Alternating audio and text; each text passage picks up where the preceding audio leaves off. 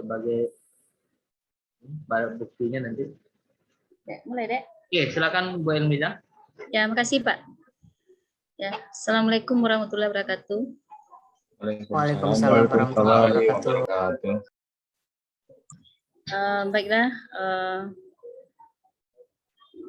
kami dari kelompok yang mana judul kami itu Project Management, yang akan dibacakan oleh itu Ibu Eni Alvina dan saya sebagai moderator sendiri yaitu Elmiza. Untuk lebih kita harapkan sama Ibu Eni untuk menyajikan presentasinya. Bu Eni, dipersilakan Bu Eni. Assalamualaikum warahmatullahi wabarakatuh. Waalaikumsalam warahmatullahi wabarakatuh. Sebelumnya terima kasih kepada dosen pembimbing Bapak Hasrul Huda dan Pak Dedi Irfan. Baiklah, di sini saya akan mempresentasikan tentang manajemen proyek.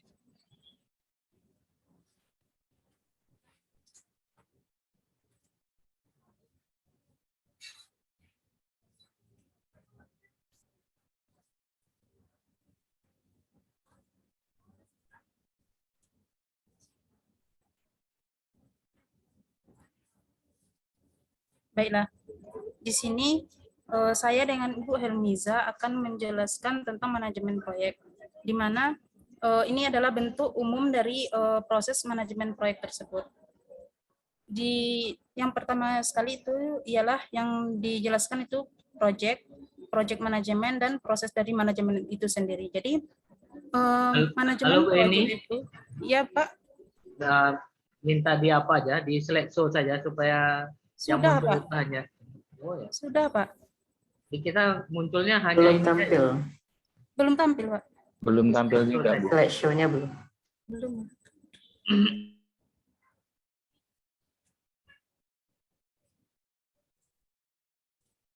Oke.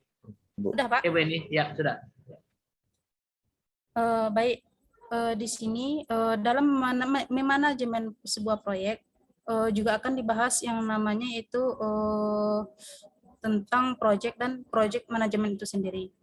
Jadi manajemen proyek juga dibahas di sebelumnya itu di manajemen operasional, di mana karena manajemen proyek ini merupakan sebuah bagian dari sebuah keputusan NO. Jadi dalam manajemen proyek itu terdapat project dan manajemen. Jadi di sini yang dimaksud dengan project itu ialah rangkaian sementara dari sebuah aktivitas yang unik, kompleks, dan terhubung, serta memiliki satu tujuan dan yang harus diselesaikan pada waktu tertentu, sesuai dengan anggaran dan spesifikasinya. Sedangkan untuk project manajemen itu sendiri, itu ialah sebuah proses yang melingkupi, merencanakan, menyediakan staf, mengorganisasi, mengarahkan, dan mengontrol pengembangan sebuah sistem yang dapat diterima dengan biaya minimal dalam jangka waktu tertentu. Sedangkan di dalam sebuah manajemen proyek ini nantinya akan ada yang namanya manajemen proses. Nah, kalau manajemen proses itu sendiri ialah aktivitas mendokumentasikan atau menggambarkan, mengelola dan secara terus-menerus memperbaiki proses pengembangan dari suatu sistem tersebut.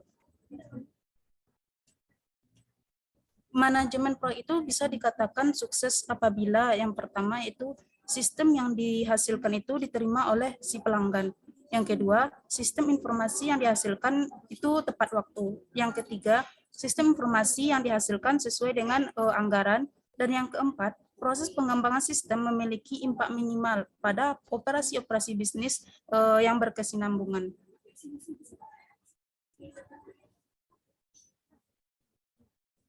Baik, di sini manajemen proyek juga menemukan apa yang menjadi penyebab dari kegagalan suatu manajemen proyek tersebut. Jadi yang pertama itu yang menyebabkan kegagalan ialah adanya kegagalan untuk membentuk komitmen manajemen atas pada proyek yang sedang berlangsung. Yang kedua, itu ialah kurangnya komitmen organisasi pada metodologi pengembangan sistem. Yang ketiga, mengambil jalan pintas tanpa melalui metodologi penelitian. Yang keempat itu ialah Yang keempat itu memanajemen ekspektasi yang buruk ataupun manajemen yang dimiliki oleh manajer proyek itu manajemen itu buruk. Yang kelima itu ialah komitmen dini dalam menetapkan anggaran dan jadwal manajemen proyek. Yang keenam itu ialah teknik estimasi yang kurang baik. Yang ketujuh terlalu optimis. Selanjutnya kurangnya keterampilan manajemen. Yang kesembilan kegagalan beradaptasi dengan perubahan bisnis. Yang ke-10 itu ialah sumber daya yang tidak mencukupi, dan yang terakhir itu kegagalan dalam mengelola sebuah perencanaan.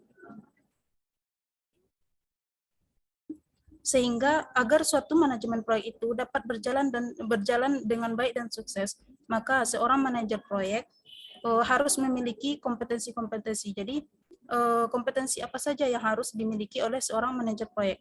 Yang pertama di sini ada kesadaran bisnis, ada orientasi rekan bisnis, komitmen pada kualitas, memiliki inisiatif, adanya pengumpulan informasi, selanjutnya itu pemikiran yang analis dan pemikiran konseptual, selanjutnya itu keadaan antar operasional, yang selanjutnya kesadaran di dalam sebuah organisasi, adanya antisipasi impact, dan banyak menggunakan pengaruh ataupun pengurus yang nantinya yang akan melaksanakan sebuah manajemen proyek tersebut. Selanjutnya itu adanya memotivasi orang lain, keterampilan komunikasi, mengembangkan orang lain, memonitor dan mengontrol, serta kepercayaan diri, memanajemen stres. Maksudnya di sini bisa mengontrol misalnya ada situasi-situasi yang tidak diinginkan, kepedulian pada kredibilitas, serta seorang manajer itu harus fleksibilitas. Jadi fungsi dari manajemen proyek itu ada beberapa hal. Yang pertama itu ada scoping atau ruang lingkup. Jadi ruang lingkup memanajemen proyek ini apa saja sih? Jadi jangan sampai nantinya mengerjakan yang bukan jadi bidang ataupun bagian dari proyek yang akan dilaksanakan. Selanjutnya itu ada yang namanya planning ataupun perencanaan. Jadi artinya di sini ialah merencanakan apa saja yang menjadi tahap-tahap dalam kegiatan manajemen proyek. Kemudian penggunaan bahan baku serta beberapa jumlah tenaga kerja yang dipergunakan, yang semuanya nanti itu akan dipergunakan dalam mendukung kegiatan pelaksanaan proyek manajemen tersebut. Yang ketiga itu ada estimating ataupun perkiraan. Jadi kalau untuk perkiraan ini lebih diperkirakan berapa sih estimasi biaya yang akan dibutuhkan, berapa jumlah tenaga kerja yang dibutuhkan, dan bahkan Nina, izin Nina, permisi, suaranya ya Kak. Oh ya, suaranya kecil. Kecil Kak. Udah normal. Kalau begini bagaimana Kak? Oke, sudah jelas Bu. Tadi Sudah. Oke. Baik, saya ulangi di sini terdapat beberapa fungsi dari manajemen proyek. Yang pertama itu ada yang namanya ruang lingkup ataupun scoping. Jadi di ruang lingkup ini manajemen proyek ini apa saja gitu kan. Jadi jangan sampai nanti dalam proses pengerjaan proyek ini nanti mengerjakan yang bukan di bidangnya ataupun yang bukan dari bagian proyek yang akan dilaksanakan. Yang kedua itu ada yang namanya planning ataupun perencanaan.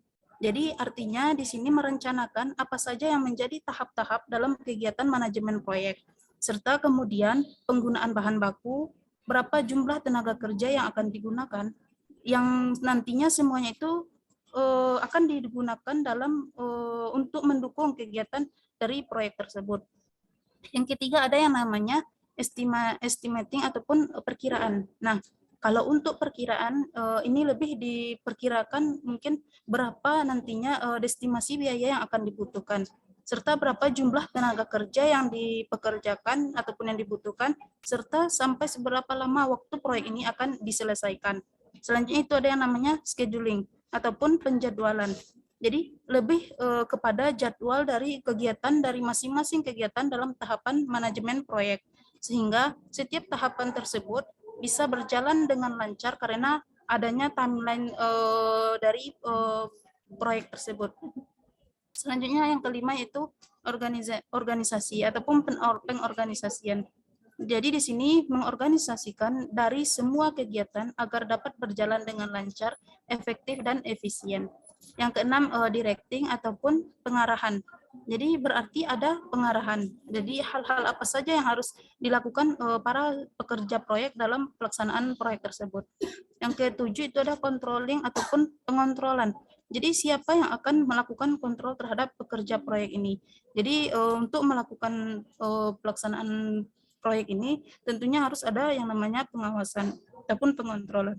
Yang kedelapan adanya closing ataupun penutupan. Jadi terakhir ada penutupan yang maksudnya ialah kegiatan manajemen proyek sudah selesai pada tahap akhir dan sudah menyelesaikan semua kegiatan-kegiatan pada proyek tersebut. Jadi alat dan teknik manajemen proyek. Jadi peralatan dan teknik manajemen proyek terdiri dari gen dan bagan gen dan port. Jadi itu merupakan CPM ataupun critical path method. Jadi atau bisa disebut dengan jalur kritis dan yang digunakan nantinya ini port dan chart ini yang pertama untuk manajer proyek tersebut dapat mengorganisasikan waktu, orang, peralatan, dan uang dari untuk pelaksanaan proyek. Yang kedua itu memastikan orang yang benar dan peralatan pada tempat yang benar serta waktu yang benar juga. Yang ketiga itu ialah memungkinkan manajer untuk memonitor progres dari proyek dengan adanya gen dan part ini, maka kita selaku manajer proyek bisa memonitor progres ataupun perkembangan dari proyek yang sedang kita kerjakan. Misalnya kapan mulainya dan kapan selesainya itu bisa kita monitor. Yang keempat itu mengelola tas ataupun pekerjaan tugas-tugas dalam proyek besar serta yang kompleks. Jadi di sini bagan part yaitu maksudnya ialah kepanjangan dari part di sini ialah project evaluation dan review teknik. Sedangkan Gantt chart itu merupakan bagan gen yang menawarkan keuntungan dengan menunjukkan secara jelas tugas-tugas yang overlap. Maksudnya ialah tugas-tugas yang dapat dikerjakan dalam waktu yang sama. Jadi dengan adanya bagan gen tersebut akan lebih efektif jika ingin mengkomunikasikan atau menentukan sebuah jadwal dari proyek. Sedangkan untuk bagan part itu merupakan model jaringan untuk memanajemen proyek yang menggunakan teknik kuantitatif. Jadi ada besarnya di dalam bagan part ini. Jadi kalau misalnya tadi itu bagan gen itu kita menggunakan ataupun menggambarkan kapan sebuah aktivitas itu dimulai, kemudian kapan selesai dari durasi pelaksanaan proyeknya. Tapi dengan bagan part ini kita bisa menghitung kapan proyek itu dimulai, kemudian durasinya berapa, dan kemudian selesainya berapa lama, dan bagaimana jika misalnya proyek tersebut tertunda, dan bagaimana pula jika selesai lebih cepat. Maka itu bisa dihitung menggunakan besaran. Nah, jadi ini bentuk dari gambar dari bagan part. Jadi di sini dari bagan part di sini digambarkan ataupun bisa menghitung baik itu jumlah ataupun dari tanggal-tanggal dari penjadwalan sebuah proyek. Di sini bagan gennya ataupun bagan gen di sini bisa dijelaskan bahwasanya di sini terdapat beberapa pekerjaan dan di sini terdapat beberapa waktu yang diperlukan. Jadi misalnya dalam bagan Gantt chart ini problem analysis ini kan dimulai di bulan Mei, misalnya bulan Mei awal. Sedangkan requirement analysis itu di pertengahan bulan Mei. Jadi di sini tugas yang pertama ini diselesaikan, maksudnya tugas yang kedua dikerjakan apabila tugas yang pertama itu telah selesai dikerjakan. Begitu selanjutnya. Dan mungkin bisa saja penyelesaian proyek manajemen ini bisa diselesaikan tepat sesuai dengan apa yang sudah dijadwalkan sebelumnya, atau bahkan mungkin lebih cepat ataupun mengalami yang namanya keterlambatan. Nah, ini bentuk dari alat dari manajemen proyek tersebut itu kan salah satunya menggunakan Microsoft Project, yaitu ini bentuk bagan dari bagan gennya. Jadi di sini terdapat nama ataupun bentuk aktivitas yang akan kita kerjakan. Dan di sini di gen itu kan memiliki tahapan-tahapannya. Jadi di scope definition ini kan memiliki yang pertama list problem ataupun dan yang lainnya. Di sini juga dijelaskan bahwasanya kita menentukan durasi itu dapat menentukan kapan sih mulai dari proyek itu yang akan kita mulaikan dan memperkirakan kapan selesainya suatu pekerjaan tersebut. Dan setelah itu di sini juga tahapan satu ini saling berkaitan. Jadi pada tahapan yang pertama ini akan diselesaikan terlebih dahulu satu persatu dan akan dilanjutkan dengan tahapan yang keduanya. Dan pada tahapan ataupun tugas yang selanjutnya itu akan dikerjakan apabila tugas yang pertama itu telah selesai kita kerjakan. Ini adalah contoh dari Microsoft Project dari bagan Ford-nya. Jadi yang tanda panah itu menunjukkan arah ataupun kegiatannya selanjutnya itu akan mengerjakan apa, sedangkan yang di dalam kotaknya itu menunjukkan aktivitas yang sedang dikerjakan. Kalau panahnya menunjukkan apa selanjutnya yang akan dikerjakan. Berarti selanjutnya itu siklus hidup dari manajemen proyek. Itu merupakan sebuah aktivitas siklus hidup silang, yaitu maksudnya aktivitas-aktivitas manajemen proyek ini yang mengoverlap semua fase-fase pengembangan sistem. Jadi aktivitas-aktivitas manajemen proyek sama dengan fungsi-fungsi manajemen yang klasik, itu perlingkupan, adanya perlingkupan, adanya perencanaan, adanya perkiraan, penjadwalan, pengorganisasian, pengarahan, pengontrolan, dan yang terakhir itu adanya penutupan. Baik, yang pertama kita lanjut ke kegiatan pertama, yaitu adanya negosiasi lingkup atau menegosiasikan sebuah lingkup. Jadi di sini maksudnya ialah batas-batas proyek ataupun area bisnis yang mungkin ataupun yang bisa saja kita tangani ataupun tidak ditangani oleh suatu proyek tersebut. Jadi suatu pihak itu harus menyetujui lingkup proyek sebelum mengidentifikasi dan menjadwalkan tugas-tugas yang akan diberikan ataupun nantinya tugas-tugas tersebut akan dibagikan ke sumber daya ataupun ke pekerja-pekerja dalam pengoperasian proyek tersebut. Jadi lingkup juga nantinya akan mendefinisikan aspek-aspek dari sebuah sistem yang dianggap di luar proyek. Jadi ada nantinya itu jawaban-jawaban dari beberapa pertanyaan berikut supaya kita bisa melaksanakan yang namanya aktivitas salah satu dalam pelaksanaan proyek ini. Yang pertama itu apa sih yang diinginkan, produknya itu yang diinginkan seperti apa gitu. Jadi dalam melakukan negosiasi itu kita harus menentukan produknya itu yang diinginkan itu seperti apa. Yang kedua itu ada yang namanya kualitas. Jadi yang diinginkan itu seberapa bagus barang ataupun kualitas yang diinginkan dari sebuah proyek yang akan dilaksanakan. Dan yang ketiga itu adanya waktu.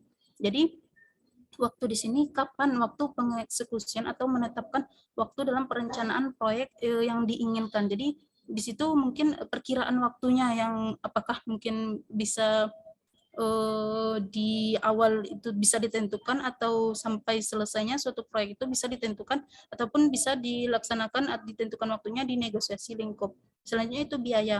Jadi seberapa kita bisa ataupun ingin membayar ataupun mengeluarkan biaya untuk pelaksanaan sebuah produk tersebut. Dan yang terakhir itu sumber daya. Jadi sumber daya apa yang Anda bersedia ataupun yang mampu diberikan untuk dalam proses pelaksanaan sebuah proyek. Negosiasi kelima lingkup proyek tersebut merupakan sebuah aktivitas take and give. Jadi yang di dalamnya itu banyak terjadi pengulangan produk jadinya. Jadi maksudnya di sini ialah pernyataan kerja atau statement of work. Jadi pernyataan kerja di sini maksudnya ialah deskripsi naratif tentang pekerjaan yang akan dilakukan sebagai bagian dari proyek. Jadi sinonim umum tersebut termaksud pernyataan dari pernyataan kerja ialah ruang lingkup, definisi proyek, tujuan umum dari proyek, dan dokumen pemahaman dari suatu proyek.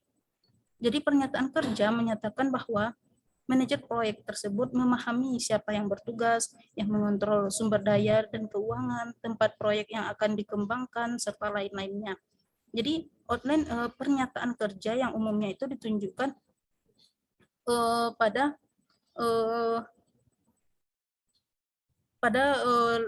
lembaran seperti berikut, yaitu outline-nya itu yang nantinya itu ukuran dokumennya itu memungkinkan itu mungkin bervariasi dari dalam setiap organisasi yang berbeda-beda, dan dokumen tersebut bisa terdiri dari 2 halaman ataupun mungkin bisa lebih ataupun bisa disesuaikan dengan yang dibutuhkan dari laporan kerja proyek masing-masing organisasi. Jadi di sini dalam laporan kerja tersebut terdapat yang namanya itu tujuan, ada latar belakangnya, ada lingkup atau skopnya, yang nantinya dalam lingkup itu lebih memperhatikan penggunaan blok-blok bangunan dari sebuah sistem informasi. Selanjutnya ada pendekatan proyeknya, ada pendekatan manajerialnya, dan yang selanjutnya itu ada batasan-batasan, ada perkiraan ballpark-nya juga, dan selanjutnya itu ada yang namanya persyaratan kepuasan serta adanya appendix. Jadi seperti ini gambaran dari pernyataan kerja sebuah proyek manajemen. Selanjutnya itu ialah kegiatan yang kedua ataupun aktivitas kedua, yaitu mengidentifikasi tugas. Jadi di sini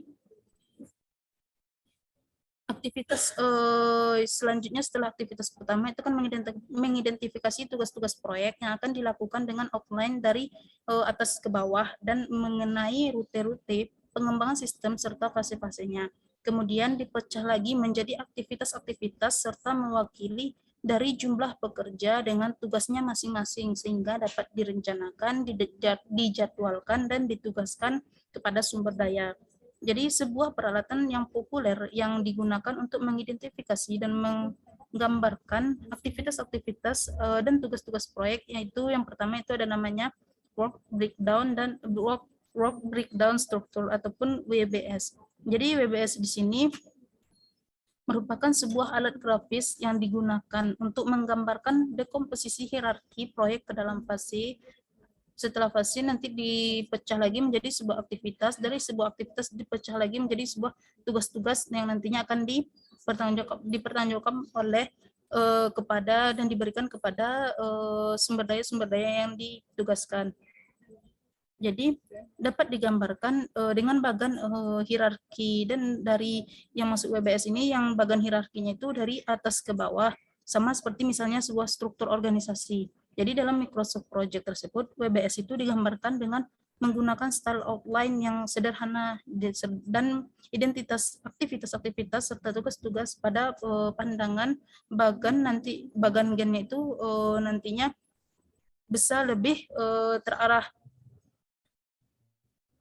Jadi seperti inilah bentuk dari bagan WBS tersebut. Nanti misalnya di sini bagian dari fase pertama.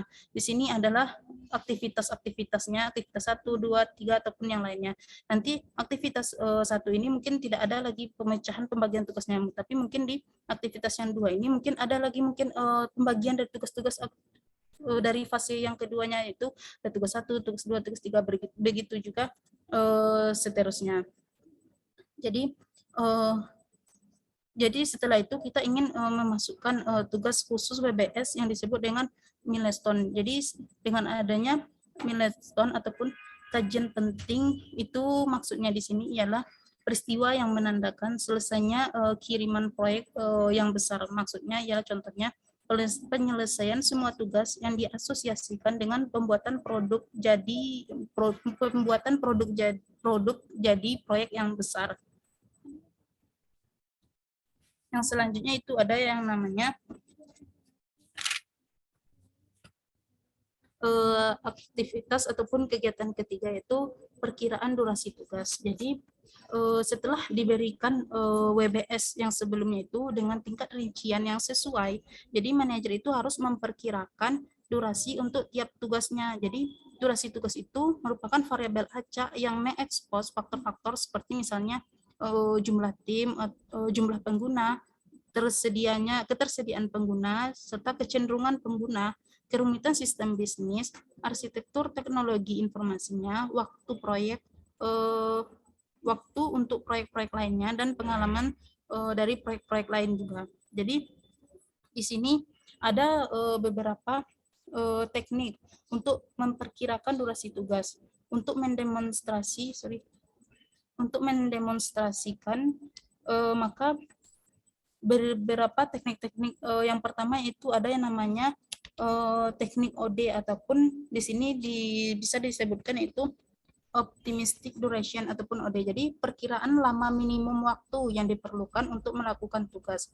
Jadi itu yang disebut dengan OD ataupun durasi optimis. Jadi durasi optimis ini mengasumsikan bahwa interupsi ataupun penundaan yang paling mungkin terjadi, misalnya adanya pekerja yang sakit dan yang lainnya. Selanjutnya yaitu perkiraan lama maksimum waktu yang diperlukan untuk melakukan suatu tugas, atau yang biasa disebut dengan pessimistic duration ataupun PD ataupun durasi pesimistik. Jadi di sini pada pessimistic duration ini itu mengasumsikan bahwa hampir semua yang dapat terjadi, misalnya terjadi suatu kekacauan, akan menjadi sesuatu yang nantinya akan menunda suatu proyek. Jadi di sini semua interupsi dan penundaan yang mungkin terjadi, misalnya terjadinya salah satu contohnya itu si pekerja tersebut mogok, sakit, dan yang lainnya. Selanjutnya itu perkiraan expected duration ataupun ED, yaitu durasi yang diharapkan. Jadi di sini nantinya itu kita jangan mengambil atau jalan tengahnya dari durasi optimistik dan pesimistik. Jadi di sini cobalah untuk mengidentifikasi interupsi ataupun penundaan yang paling mungkin terjadi, seperti yang disebutkan sebelumnya, adanya karyawan yang sakit, ataupun adanya petugas ataupun sumber daya yang tidak, mungkin masih kurang terlatih ataupun kurang pengalaman, dan yang lainnya. Yang keempat itu ada namanya kalkulasi ataupun hitung rata-rata tertimbang dari durasi yang paling mungkin, ataupun di sini maksudnya ialah D ataupun most likely duration ataupun durasi paling mungkin.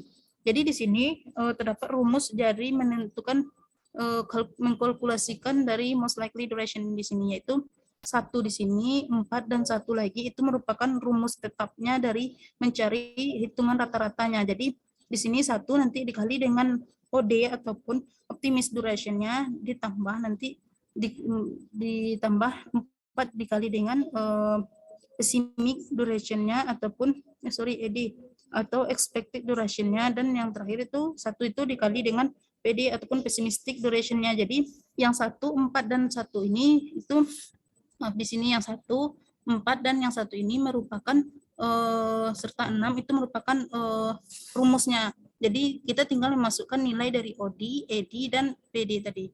Seperti contoh di bawah ini. Jadi misalnya di sini OD-nya 2 hari, ED-nya 3, dan PD-nya itu ada 6 hari. Selanjutnya ada yang namanya aktivitas 4, yaitu menentukan dependensi antar tugas.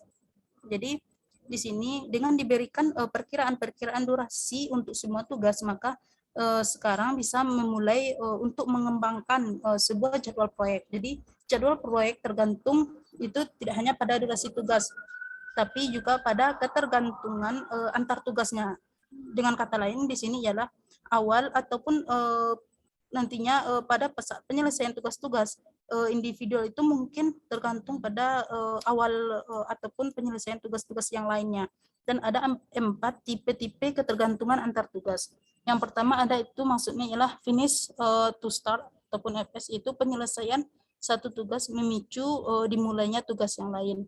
Yang kedua start to start ataupun SS, ataupun awal dari satu tugas memicu dimulainya tugas lain. Yang ketiga finish to finish, yaitu 2 tugas harus diselesaikan secara bersamaan. Yang terakhir itu start to finish. Awal dari satu tugas menandakan selesainya tugas yang lain. Jadi ini adalah bentuk yang ketergantungan antar tugas dalam Microsoft Project. Jadi di sini yang pertama tadi yaitu yang finish to start. Jadi di sini tadi kan dijelaskan bahwa penyelesaian sebuah tugas memicu awal tugas lain. Jadi selesainya tugas yang pertama, maka bisa memicunya tugas yang lain, maka bisa dilaksanakan tugas yang selanjutnya. Sedangkan di sini yang kedua start to finish, di mana awal sebuah tugas memicu tugas lain. Jadi perencanaan sebuah proyek tersebut nantinya akan memicu maksudnya memicu sebuah awal tugas yang lainnya. Jadi awal proyek yang akan dilaksanakan nanti bisa saja tidak harus diselesaikan terlebih dahulu, maka bisa mengerjakan tugas yang lainnya. Selanjutnya itu yang ketiga, itu ada yang namanya finish to finish, ataupun 2 tugas harus selesai pada waktu yang bersamaan.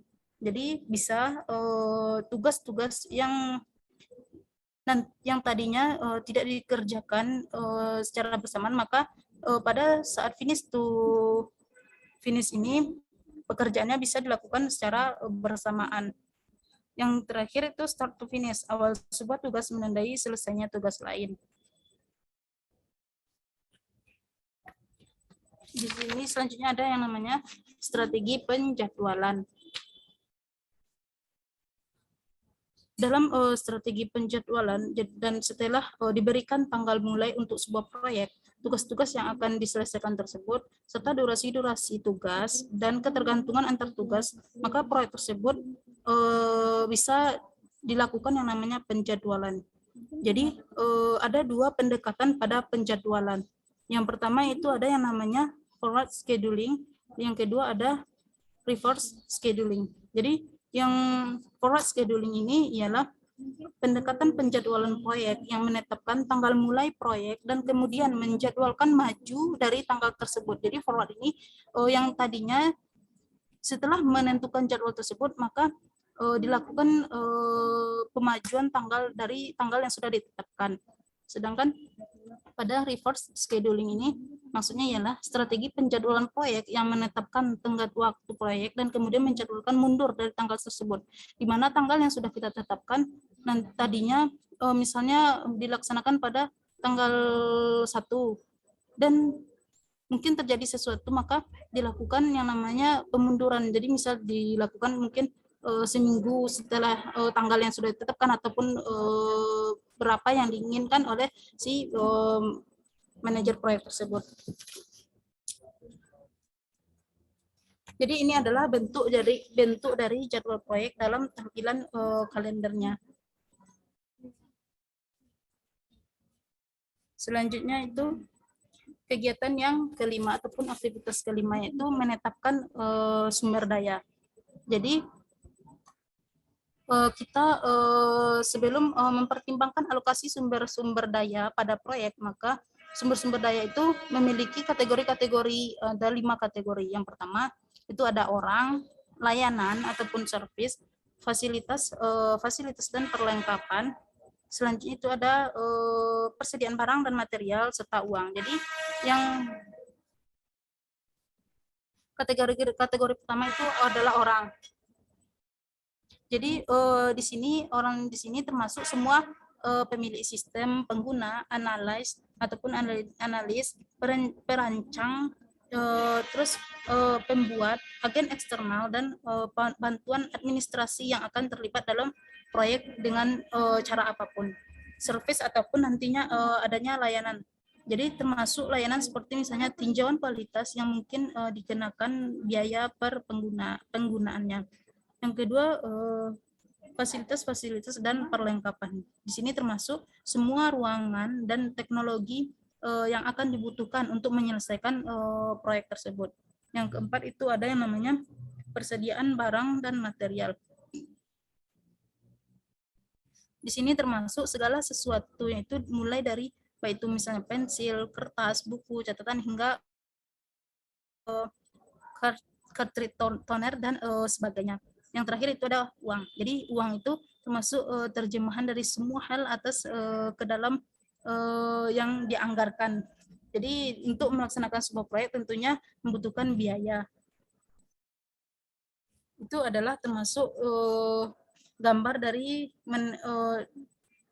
Microsoft Project yang mendefinisikan sumber daya project yang dibutuhkan. Bisa dilihat pada layarnya.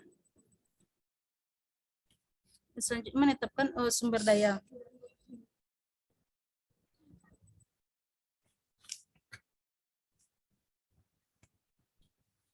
Dalam menetapkan sumber daya tersebut,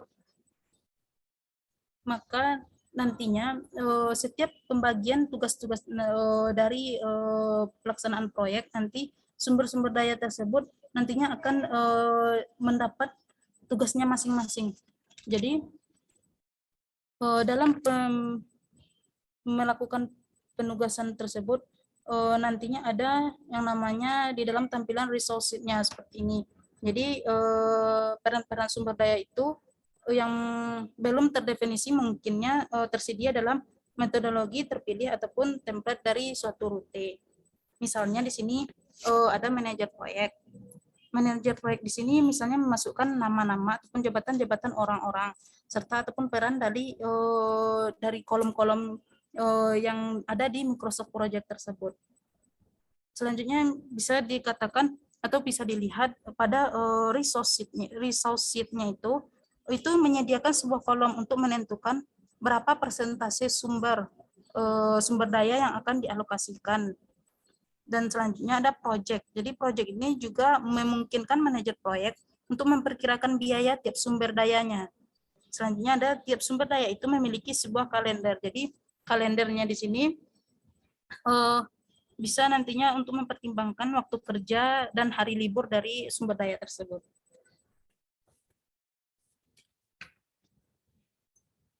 Selanjutnya itu pemerataan sumber daya.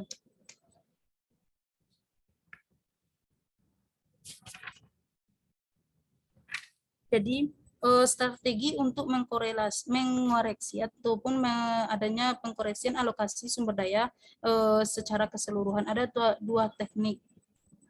Yang pertama itu ada yang dimaksud itu ialah penundaan tugas-tugas. Jadi dalam pemerataan sumber daya di sini yang maksud dengan penundaan tugas-tugas ialah adanya nanti itu ketika tiba saatnya penjadwalan suatu proyek, maka beberapa tugas yang nantinya itu yang sensitif terhadap proyek ataupun terhadap penundaan proyek, jadwal penundaan proyek daripada tugas yang lainnya. Jadi maksudnya di sini para manajer itu harus menyadari critical path-nya ataupun jalur kritisnya. Dan selanjutnya itu ada yang namanya pembagian tugas ataupun pemecahan tugas-tugas. Jadi di sini ialah memecahkan ataupun pembagiannya sebuah tugas menjadi banyak tugas untuk nantinya tugas-tugas yang sudah dipecah ataupun sudah dibagi kepada sumber-sumber daya, maka tugas-tugas tersebut sudah akan dipertanggungjawabkan nantinya oleh si sumber-sumber daya yang sudah ditentukan masing-masing tugasnya. Selanjutnya itu ada pemisah dan penundaan tugas. Di sini ada yang namanya critical path dan ada slack time. Jadi critical path di sini ialah nantinya itu urutan tugas-tugas dan pending yang menentukan tanggal penyelesaian sebuah proyek sedini mungkin. Jadi tugas yang berada di jalur kritis ini tidak dapat ditunda tanpa menunda seluruh jadwal proyek. Jadi sebuah tugas itu tidak bisa ditunda kalau semua tugas itu mungkin ada yang ditunda, ada yang tidak. Mungkin pada critical path mungkin semua tugasnya harus ditunda. Jadi untuk mencapai pemerataan sumber daya, tugas-tugas penting itu hanya dapat dibagi-bagi kepada sumber daya yang sudah dipilih.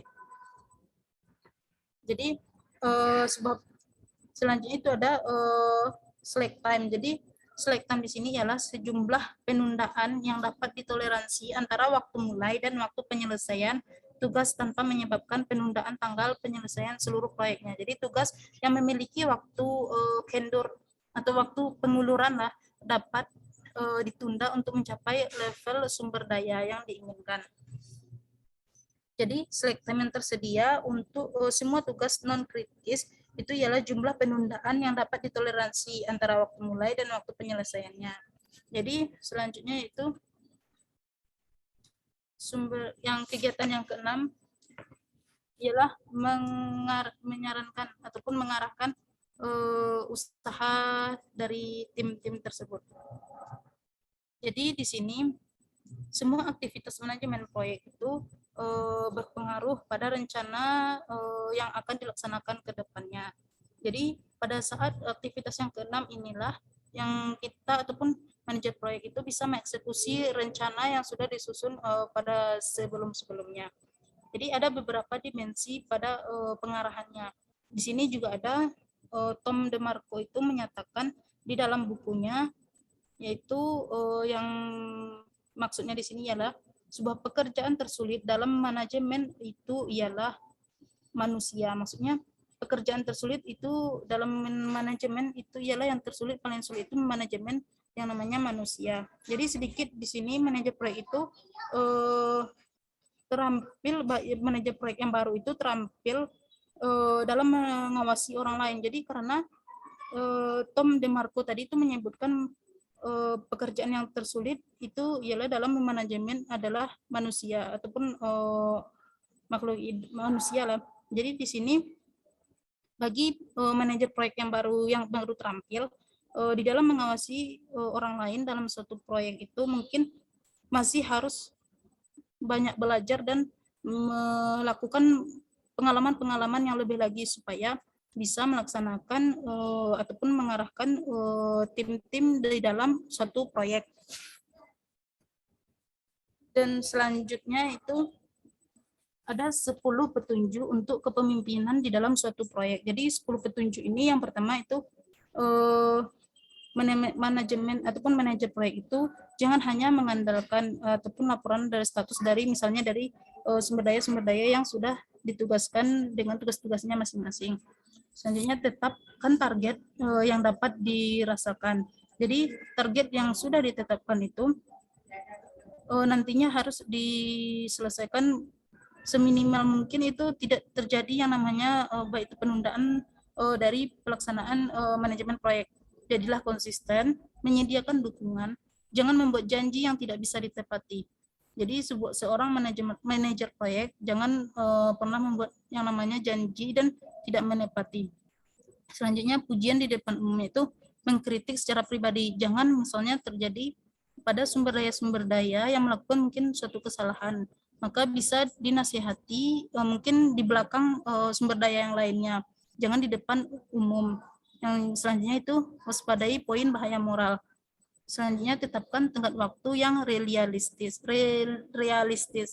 Selanjutnya mendorong semangat tim yang baik dan jelaskan serta tunjukkan dan daripada melakukan nantinya itu pengarahan-pengarahan yang akan diberikan ataupun disampaikan kepada sumber daya.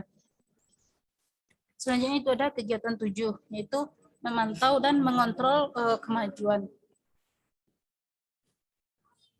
Pada laporan perkembangan pada aktivitas yang ke-7 ini ialah perkembangan itu harus cukup sering untuk membangun keadaan dan dapat dipertanggungjawabkan serta dikontrol oleh manajer proyek itu sendiri.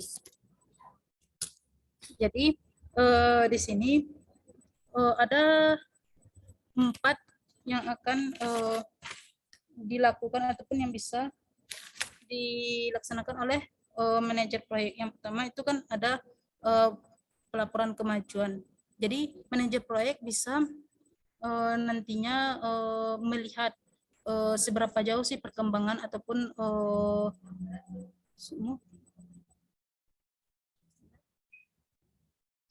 maaf sebelumnya.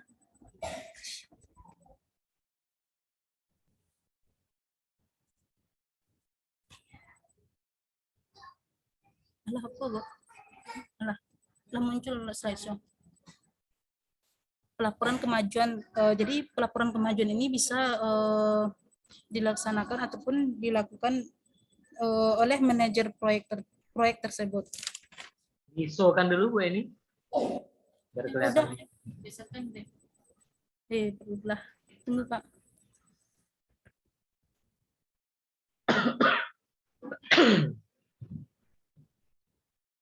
Nah.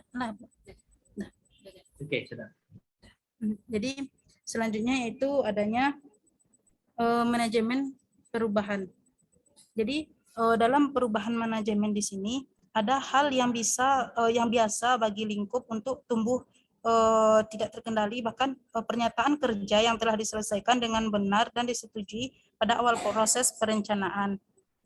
Jadi di sini mengacu pada pertumbuhan lingkup sebagai suatu perubahan. Jadi di sini ada yang dikatakan seperti contoh yang dikatakan oleh si Keane. Jadi di sini Keane ini menyebutkan bahwa perubahan itu sering menjadi titik pertikaian antara seorang pelanggan dan organisasi sistem informasi karena mereka tidak setuju mengenai apakah fungsi khusus itu menjadi sebuah perubahan ataupun bagian dari suatu persetujuan awal.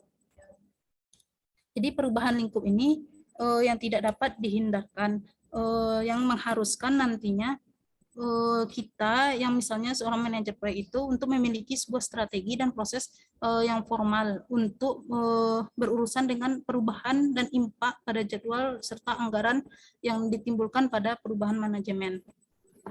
Selanjutnya itu ada yang namanya manajemen harapan. Jadi dalam manajemen harapan ini,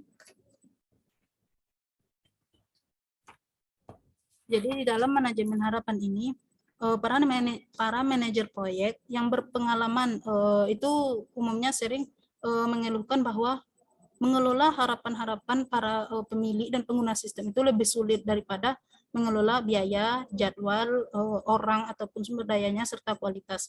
Jadi pada manajemen harapan ini ada dikenalkan sebuah peralatan sederhana yang biasa disebut expectation management matrix.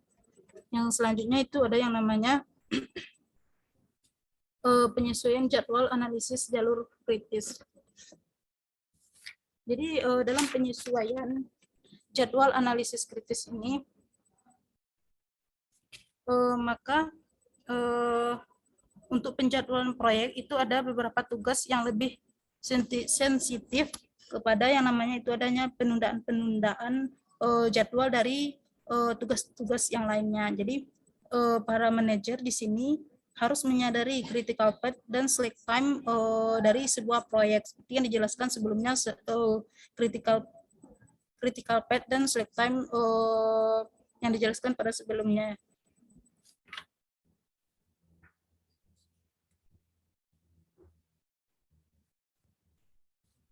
Nah, di sini terdapat pelaporan kemajuan pada kemajuan pada bagan Gantt chart. Sama-sama bisa kita lihat dari kemajuannya. Change management. Selanjutnya itu ada change management atau perubahan manajemen. Di dalam perubahan manajemen itu terdapat mana tadi? Beberapa untuk melindungi manajer dan tim proyek dari ikatan tanggung jawab atas keterlambatan jadwal dan membengkaknya biaya akibat perubahan lingkup tadi. Jadi dengan adanya change management tersebut ada beberapa faktor yang menjadikan perubahan dan hasil dari berbagai macam kejadian. Yang pertama itu adanya kelalaian dalam mengidentifikasikan ruang lingkup awal. Maksudnya di sini ialah mungkin adanya penghilangan ataupun dalam mendefinisikan lingkup awal seperti didokumentasikan dalam pernyataan kerja. Jadi kelalaian dilakukan pada saat pelaksanaan proyek. Yang kedua itu ada yang namanya kesalahpahaman tentang ruang lingkup awal. Jadi produk yang diinginkan lebih rumit dari yang dikomunikasikan atau diterima pada awalnya. Makanya terjadi mungkin adanya kesalahpahaman tentang ruang lingkup awal tersebut. Selanjutnya itu ada peristiwa eksternal seperti adanya peraturan pemerintah yang menciptakan persyaratan baru, yang dimana pada saat perencanaan awal belum ada peraturan pemerintah yang pada akhirnya setelah ataupun mungkin pada saat proses pelaksanaan proyek terjadi peraturan baru yang dikeluarkan oleh si pemerintah. Selanjutnya itu ialah perubahan organisasi. Jadi misalnya seperti merger, akuisisi, dan rekanan yang menciptakan masalah-masalah dan kesempatan-kesempatan bisnis baru. Belum lagi para sumber daya yang lainnya. Selanjutnya itu ada yang namanya ketersediaan teknologi yang lebih baik lagi. Jadi di sini ketersediaan teknologi yang lebih baik lagi mungkin yang sebelumnya sudah memiliki teknologi, namun pada saat pelaksanaan muncul teknologi baru, dan mungkin untuk mendapatkan atau untuk memperoleh teknologi tersebut akan membutuhkan yang namanya biaya lagi, maka akan berdampak pada keuangannya. Selanjutnya itu pergeseran dalam teknologi terencana yang memaksa perubahan yang tak terduga serta signifikan pada organisasi bisnis, budaya, ataupun proses. Jadi perubahan dalam teknologi yang direncanakan ini nantinya yang memaksa perubahan yang tidak diharapkan dan yang perubahan yang tidak penting pada suatu organisasi, kultur ataupun dari proses bisnis itu sendiri.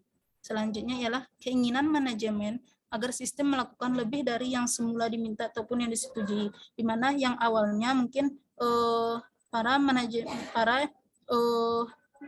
yang diinginkan ataupun yang dibutuhkan itu berbeda dengan yang setelah dilaksanakannya ataupun setelah disetujui yang sebelumnya. Selanjutnya itu pengurangan dana untuk proyek atau pengenaan tenggat waktu lebih awal. Misalnya setelah ataupun pada saat pelaksanaan proyek adanya pengurangan dana ataupun dana yang diterima tidak sesuai dengan yang telah ditentukan ataupun ditetapkan pada saat awal ataupun pada ruang lingkup awal yang telah ditetapkan dan disetujui sebelumnya. Di sini adalah matriks manajemen ekspektasi. Jadi matriks manajemen ekspektasi di sini maksudnya ialah alat yang digunakan untuk memahami dinamika dan dampak dari perubahan parameter proyek.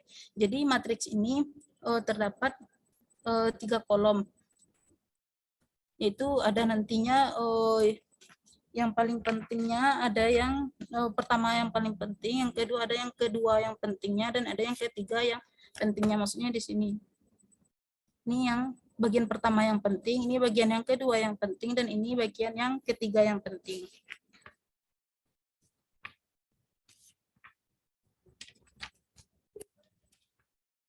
Selanjutnya itu ialah manajemen harapan proyek ataupun proyek bulan. Jadi untuk mengilustrasikan sebuah peralatan ini, untuk menggunakan misalnya itu contoh dari ini bentuk perkembangan dari yang sebelum matrik yang sebelumnya. Nah, di sini ada khas harapan awal untuk sebuah proyek. Jadi misalnya di sini bisa dicontohkan sebuah ilustrasi.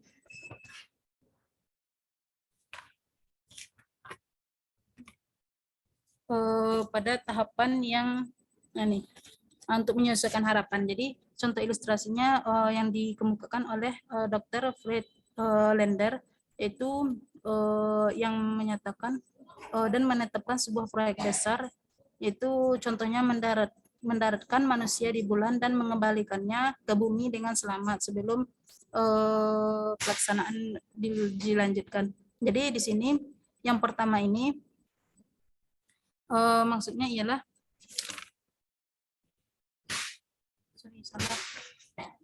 yang pertama yaitu sumber-sumber daya ataupun biaya serta jadwal yang dapat dialokasikan kembali, dan mungkin dari si pemilik sistem itu dapat menemukan lebih banyak uang di tempat yang lainnya. Jadi maksudnya semua prioritas itu tetap sama, dan tentu saja adanya pencatatan tenggat waktu yang direvisi berdasarkan melesetnya jadwal yang ditemui selama analisis sistem. Jadi di sini maksudnya itu tanda plus itu menambah anggaran di sini untuk menerima persyaratan agar diperluas. Dan yang ini maksudnya di sini ialah memperpanjang tenggat waktunya. Jadi penerimaannya.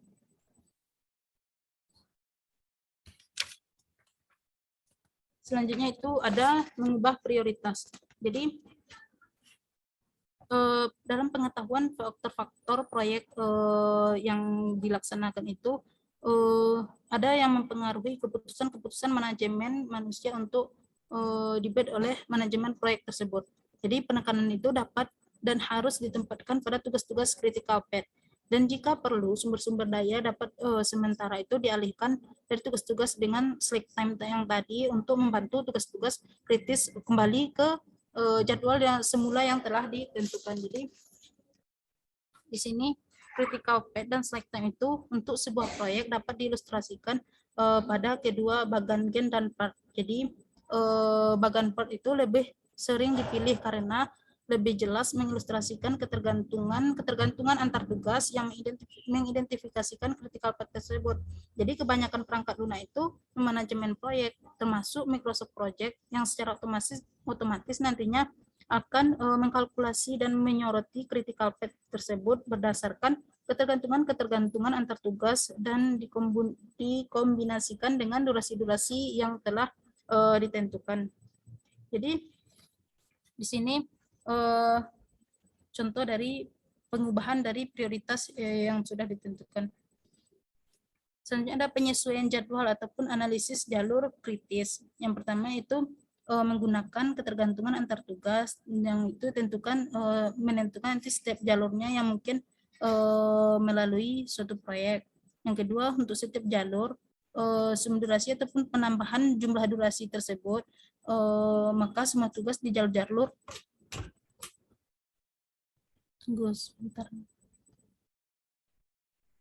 semua tugas di jalur-jalur tersebut dengan total durasi terpanjang itu adalah jalur kritis. Selanjutnya jalur dengan total durasi terpanjang itu merupakan disebut dengan jalur kritis. Jadi di jalur kritis itu ada yang tadi sebelumnya kan sudah dijelaskan, ada critical path dan slack time, di mana critical path itu urutan tugas-tugas dependen yang memiliki jumlah terbesar dari durasi yang paling mungkin. Jadi jalur kritis itu menentukan tanggal ataupun tanggal penyelesaian paling awal dari suatu proyek. Jadi selanjutnya itu slack time. Jadi jumlah penundaan yang dapat ditoleransi antara waktu mulai dan waktu penyelesaian tugas tanpa menyebabkan penundaan tanggal penyelesaian seluruh proyek. Jadi ini adalah bentuk bagian dari analisis jalur proyek, di mana misalnya di sini tugas B ini belum bisa diselesaikan tanpa adanya sebelum menyelesaikan tugas A. Jadi tanda panah di sini menunjukkan tugas selanjutnya, tugas apa yang selanjutnya akan dikerjakan. Sertakan. Sementara untuk kotak yang ini itu menandakan sebuah kritikal ataupun sebuah penjadwalan dan tugas yang akan dikerjakan. Yang terakhir itu ada yang namanya kegiatan ataupun aktivitas 8 itu menilai hasil dan pengalaman dalam suatu pelaksanaan proyek. Jadi para manajer proyek itu harus belajar dari kesalahan-kesalahan yang telah dahulunya yang dilakukan. Jadi para manajer tersebut harus melakukan sebuah perbaikan proyek yang nantinya akan berkesinambungan. Jadi aktivitas final ini melibatkan pengumpulan umpan balik dari anggota-anggota tim proyek, termasuk para pelanggan ataupun yang akan memperoleh produk tersebut ataupun proyek tersebut atau yang memiliki proyek tersebut untuk mengenai pengalaman-pengalaman proyek dan saran-saran mereka itu juga dibutuhkan dan ditunjukkan pada perbaikan manajemen proyek serta proses dari suatu organisasi. Jadi tinjauan kembali proyek itu harus dilakukan untuk menjawab pertanyaan-pertanyaan mendasar pada tahapan 8 ini. Yang pertama pertanyaannya itu apakah produk akhir memenuhi ataupun melampaui harapan dari si pengguna, mengapa ataupun mengapa tidak. Mungkin itu salah satu pertanyaan untuk menindaklanjuti untuk melakukan penilaian hasil dan pengalaman dari suatu proyek yang sudah selesai dilaksanakan. Selanjutnya itu ada apakah proyek datang ataupun proyek tersebut selesai pada waktunya. Dan yang ketiga itu apakah proyek sesuai dengan anggaran. Jadi dengan adanya penjawaban dari pertanyaan-pertanyaan yang ketiga tersebut, maka selanjutnya dengan berdasarkan pertanyaan itu ataupun tanggapan yang diberikan pada pertanyaan yang sudah diberikan yang ketiganya itu, maka perubahan-perubahan itu harus dibuat untuk memperbaiki metode-metode pengembangan sistem dan manajemen proyek yang akan digunakan pada proyek-proyek masa depan. Jadi dengan adanya penilaian ataupun pertanyaan itu, maka bisa menjadikan manajer proyek itu untuk mengevaluasi proyek yang sudah diselesaikan, apa yang kurang, apa yang mesti ditambahkan, dan yang lainnya. Jadi pengalaman itu juga berguna baik bagi tim-tim proyek yang lainnya, dan yang mungkin bisa saja kalau bukan dari tim-tim bisa minta bantuan ataupun keahlian ataupun minta keterangan-keterangan mengenai proyek yang sudah selesai itu kepada pemilih ataupun untuk si pengguna proyek tersebut.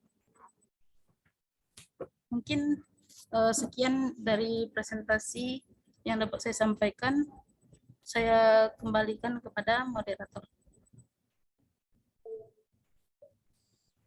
Baiklah, terima kasih Bu Eni sudah memaparkan materi kami dan begitu lancar dan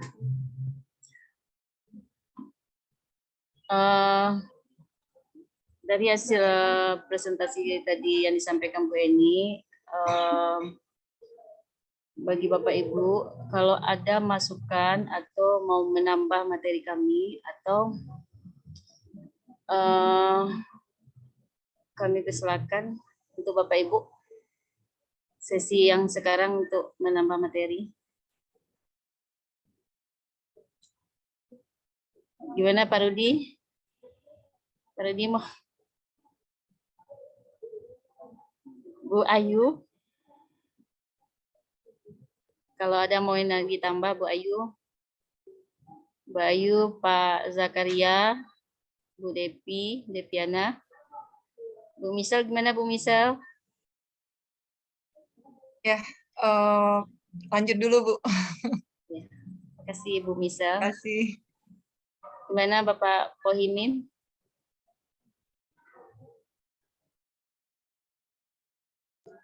Lanjut dulu Bu. Oh iya Pak. Oke, baiklah. Mungkin seksi penambahan materi atau ada yang kurang dari penyampaian materi kami. Baiklah kami buka untuk sesi tanya jawab. Baiklah Bu Depiana, dipersilakan Bu Depi. Ya Bu. Ya. Ya, terima kasih Bu. Tunggu dulu Bu, tunggu Bu Depi. Sebelum memberi pertanyaan, setelah mengasih pertanyaan nanti di kolom chat tolong dibuat yang apa yang mau ditanya ya Bu. Nanti mana tahu kami sebagai kelompok kurang begitu apa itu. Ya, terima kasih Bu. Ya, Bu. Ya, Assalamualaikum warahmatullahi wabarakatuh. Terima kasih kepada moderator. Yang terhormat Bapak dosen kita dan teman-teman yang mengikuti perkuliahan pada siang hari ini. Yang ingin saya tanyakan terkait dengan manajemen proyek, yaitu tadi ada penyaji menjelaskan pada Gantt chart. Pada Gantt chart itu ada bagian timeline dan progress. Jadi bagaimana kita menentukan rank-rank waktu timeline pada setiap progress di dalam manajemen proyek. Sekian, terima kasih.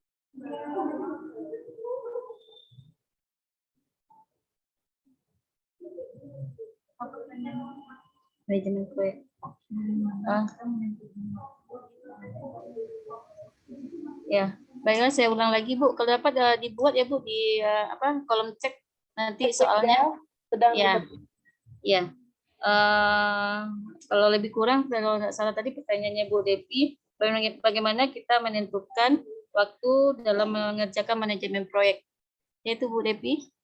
Iya, Bu. Ya.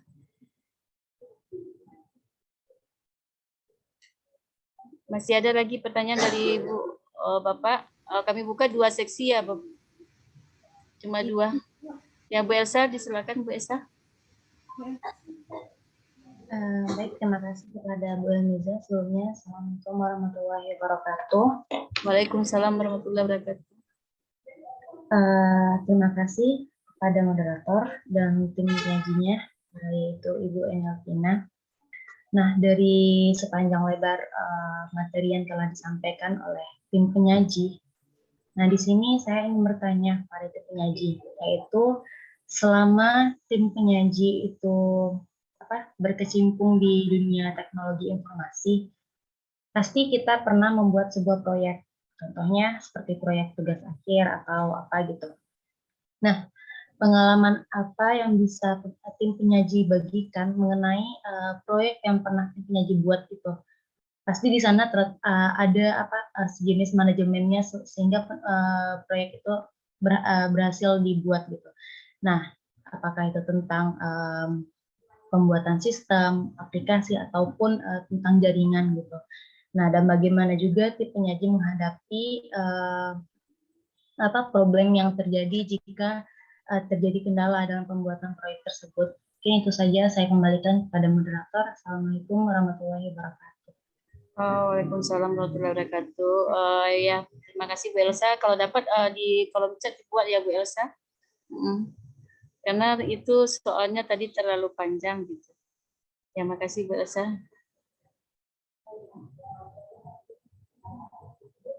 Mana Bu Dek? Mana ini?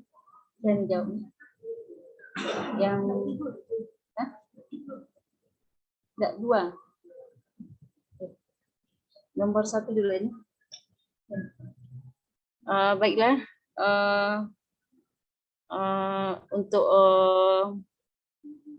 2 pertanyaan ini kami tutup dulu untuk sesi pertama ini. Untuk pertanyaan pertama dari Bu Deviananda mungkin akan dijawab sama Ibu Eni. Saya sebagai moderator dipersilakan untuk Bu Eni waktu dan tempat.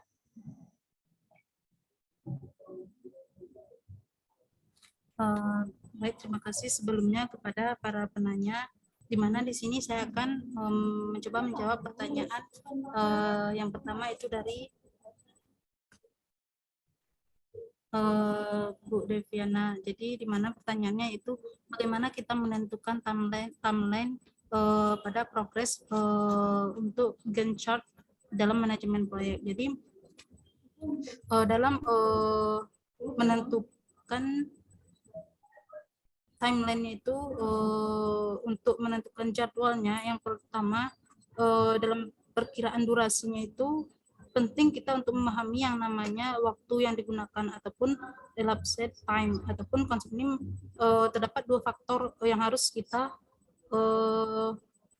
pertimbangkan. Yang pertama ada efisiensi dan ada kedua interupsi. Jadi efisiensi di sini tidak ada pekerja yang 100% itu efisien, maksudnya tidak, kebanyakan orang itu melakukan, pasti ada yang namanya istirahat dalam suatu pelaksanaan proyek tersebut. Jadi di sini misalnya saja dalam pelaksanaan proyek tentunya yang namanya sumber daya ataupun manusia yang melaksanakan sebuah proyek itu tentunya membutuhkan yang namanya istirahat dan yang lainnya. Jadi itu merupakan faktor untuk yang perlu dipertimbangkan dalam menentukan jadwal ataupun durasi-durasi tugas dari sumber dayanya. Yang kedua itu ada interupsi. Jadi orang itu ataupun sumber daya itu mengalami misalnya kejadian-kejadian yang tidak diinginkan. Jadi kejadian-kejadian yang tidak diinginkan itu juga harus dipertimbangkan nantinya sebelum untuk memperkirakan suatu jadwal. Jadi tekniknya itu ataupun cara untuk melakukan sebenarnya di dalam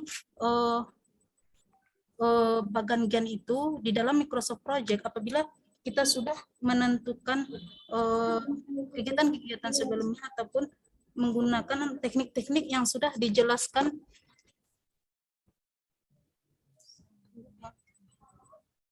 teknik-teknik yang dijelaskan tadi kan itu ada 4. Jadi untuk menentukannya itu perkiraan lama minimum waktu yang diperlukan untuk melakukan sebuah tugas. Jadi kita menentukan terlebih dahulu waktu minimum untuk yang diperlukan untuk perkiraan lama waktu minimumnya untuk menentukan suatu tugas untuk pelaksanaan proyek. Jadi ataupun OD tadi dengan menggunakan rumus tadi. Jadi setelah itu baru perkirakan lagi lama maksimum waktu yang diperlukan.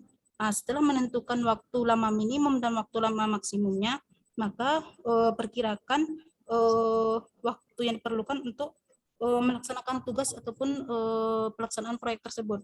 Dan yang selanjutnya itu kalkulasikan ataupun bisa kita mendapatkan nantinya total hari ataupun jumlah baik dari mulai awal tahap proyek sampai selesainya itu bisa menggunakan yang nantinya tadi itu rumus yang itu ialah kalkulasinya itu yang pertama itu yang 1 dikali dengan yang rumus yang sebelumnya dijelaskan itu 1 dikali dengan OD tadi yaitu durasi optimisnya. Maka nantinya setelah menggunakan rumus ataupun pengkalkulasian dari OD optimistic duration, pessimistic duration dan expected duration itu, maka secara otomatis di dalam Microsoft Project tersebut akan teruraikan jadwal-jadwalnya. Jadi dengan Microsoft Project tersebut, maka penjadwalan kita itu tidak dilakukan secara manual lagi, maka secara otomatis. Mungkin begitu ataupun segitu yang bisa saya jawab.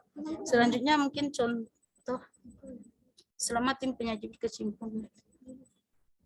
Pengalaman apa yang bisa dibagikan terkait manajemen proyek yang pernah dibuat? Mungkin di sini saya bisa mencontohkan, mungkin pada saat perkuliahan dahulu saya belum pernah membuat sebuah proyek yang begitu besar ataupun proyek manajemen yang begitu besar. Mungkin di sini contohnya mungkin yang simpel sebuah website. Jadi di sebuah sistem informasi di sini dalam pembuatan website di sini mungkin dalam pemanajemennya yang pertama kali ditentukan tujuan dari pembuatan website itu apa, dan permasalahan yang paling tepatnya permasalahan yang dihadapi mungkin misalnya satu sekolah. Jadi mungkin sekolah tersebut memiliki problem ataupun permasalahan mungkin informasi-informasi ataupun yang ingin didapatkan oleh siswa itu mungkin sulit ataupun harus ditanya dulu ke si guru ataupun ke pihak-pihak sekolahnya. Jadi mencari-cari dulu informasi-informasi. Jadi mungkin itu salah satu permasalahan ataupun mungkin ada permasalahan-permasalahan lainnya. Setelah adanya permasalahan tersebut, maka dilakukan sebuah ide ataupun yang nantinya untuk mempermudahkan ataupun pengenalan dari siswa tersebut, pengenalan dari sebuah sekolah tersebut dengan adanya website. Jadi dengan adanya website tadi itu kan project manajemennya mungkin yang pertama untuk lingkupnya. Jadi lingkupnya itu kita ketahui dulu siapa-siapa saja yang nantinya yang akan menggunakan, nanti biayanya seberapa besar, nanti yang masuk ke dalam website tersebut nanti apakah nanti website tersebut bisa bisa mungkin sekali masuk mungkin bisa menampung siswanya ataupun maksudnya yang di sini siswa yang mengakses. Jadi apakah bisa nantinya si web ini memanage website di sini apabila nanti diakses oleh siswa tidak error mungkin begitu. Jadi lingkupnya itu kita perhatikan terlebih dahulu nanti yang diinginkan sekolah itu seperti apa. Jadi biaya yang diadakan oleh sekolah itu seberapa besar dan nanti kualitasnya itu yang diinginkan seperti apa. Kalau untuk sekolah mungkin kalau bagi yang belum ahli yang benar-benar ahlinya mungkin bisa digunakan ataupun dibuat sebuah website yang mungkin bisa digunakan untuk lingkungan kecil sekolah itu saja. Belum bisa mungkin kalau yang pengalaman pribadi tentunya yang website kita bikin itu mungkin masih kalau misalnya diakses banyak-banyak oleh si siswa mungkin bisa secara bersamaan mungkin bisa error. Jadi setelah adanya lingkup tadi atau menegosiasi lingkup, mungkin dalam pembuatan tahap manajemen web tersebut selanjutnya itu mengidentifikasi tugas-tugas.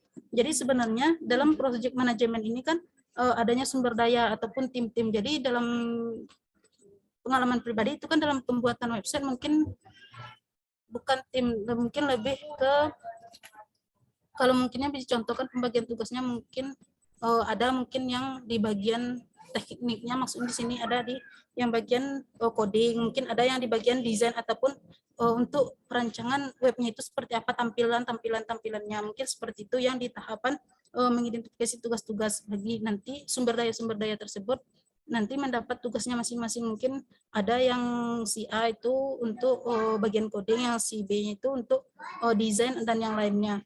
Selanjutnya itu untuk manajemen di memperkirakan durasi tugas.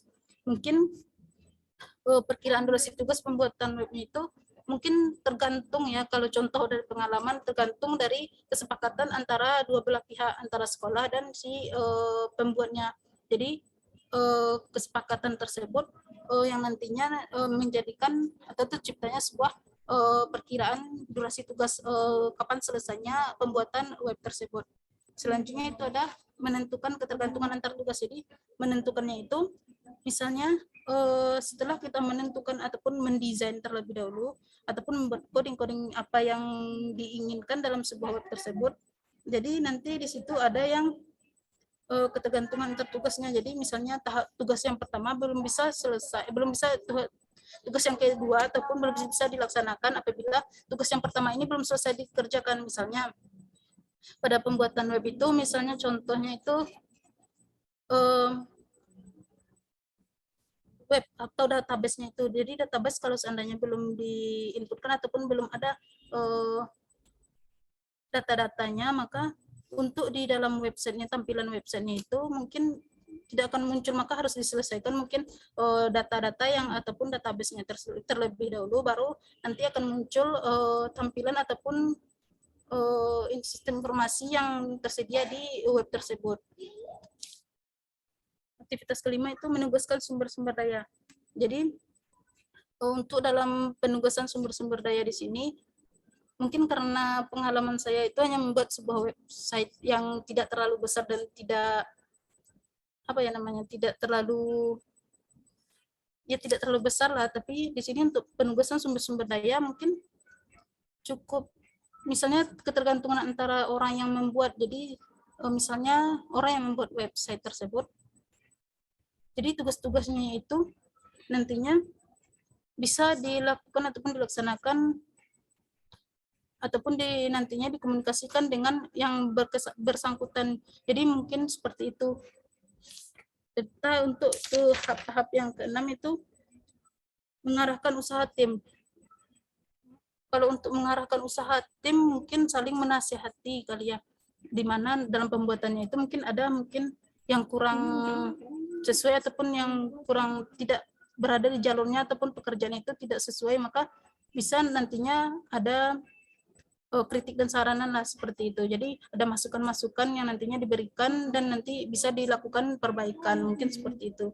Dan untuk aktivitas tujuhnya memonitor dan mengontrol. Jadi mungkin di sini yang bisa melihat ataupun memonitor itu mungkin si yang akan menggunakan. Jadi dia melihat dan mengontrol sejauh mana website yang kita bikin itu, sejauh mana perkembangan yang kita laksanakan, dan mengontrol perkembangan itu apakah yang kita bikin website itu sesuai dengan durasi-durasi yang kita tentukan sebelumnya. Yang terakhir itu mungkin penilaian hasil dan pengalaman proyeknya. Jadi setelah selesai mungkin kita sebagai pembuat bisa melakukan beberapa pertanyaan seperti yang dijelaskan tadi, yaitu mungkin ada beberapa pertanyaan kepada si yang akan menggunakan. Jadi apakah website yang kita bikin atau yang kita buat itu sudah memenuhi ataupun sudah sesuai dengan harapan-harapan dari pengguna, dan apakah web kita yang kita buat itu sudah selesai tepat pada waktunya yang kita tentukan dengan si pengguna tadi. Dan yang lainnya mungkin kalau disangkut pautkan dengan pembuatan web mungkin rada-rada kurang masih ada kurang-kurangnya. Mungkin kalau untuk yang manajemen proyek yang besarnya itu mungkin membutuhkan beberapa tim, biaya yang besar, dan nantinya penjadwalannya yang benar-benar harus diperhitungkan dengan sebaik mungkin, dan kita perhitungkan lagi nanti apabila terjadinya penundaan-penundaan, adanya tambahan biaya, ataupun adanya nanti yang di luar dugaan, misalnya bisa saja proyek tersebut selesai di luar waktu yang kita tentukan, atau malahan mundur dari waktu yang kita tentukan. Mungkin seperti itu yang dapat saya sampaikan. Saya kembalikan kepada moderator.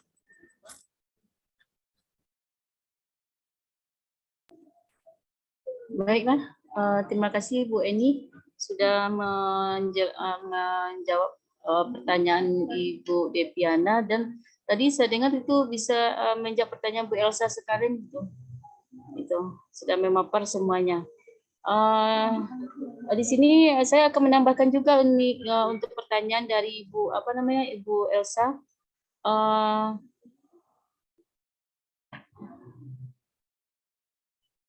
Sebelum saya akan menambah pertanyaan dari Bu Elsa, gimana dari Bu Devi? Apakah penjelasan dari Bu Eni?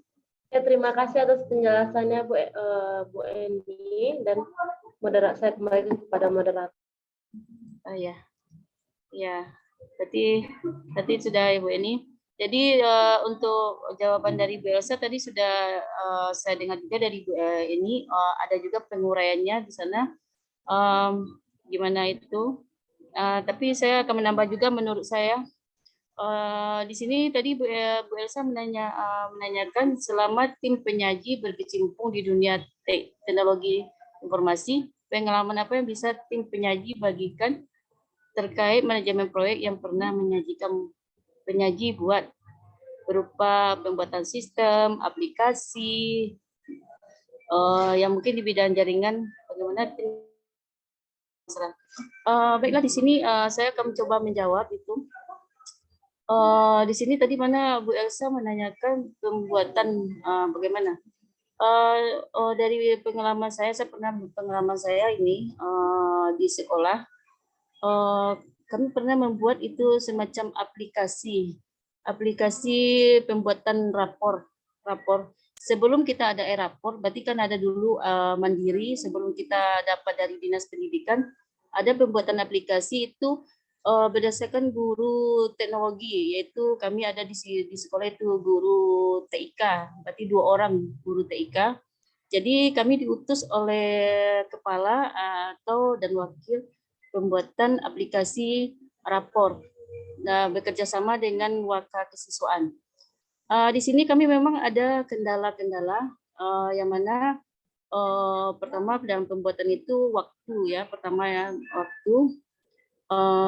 waktu yang pertamanya waktu dulu, terus dana,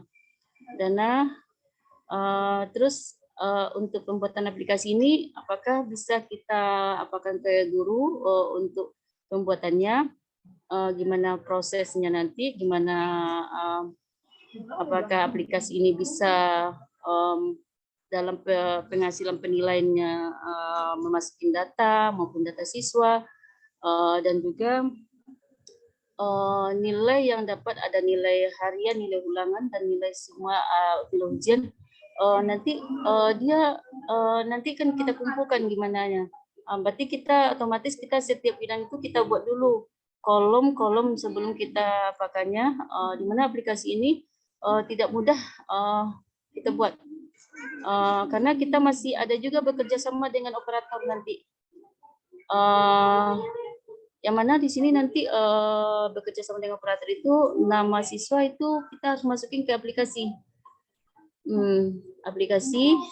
Jadi data-data dari Dapodik kita harus tahu dulu siapa yang siswanya yang ada, yang keluar dari sekolah. Jadi kita harus mendata dulu siswa kita dulu sebelum kita pembuatan aplikasi. Dan setelah pembuatan aplikasi itu kita uji coba dulu kepada siswa sebelum kita menyerahkan kepada pihak yang kepada Waka atau kepada guru-guru. Kita uji coba dulu kepada siswa. Pertama kita dari segi nilainya dulu. Apakah nilainya sesuai, misalnya contohnya KKM-nya kita anggap aja KKM-nya 75. kita masukin data guru PPKN misalnya.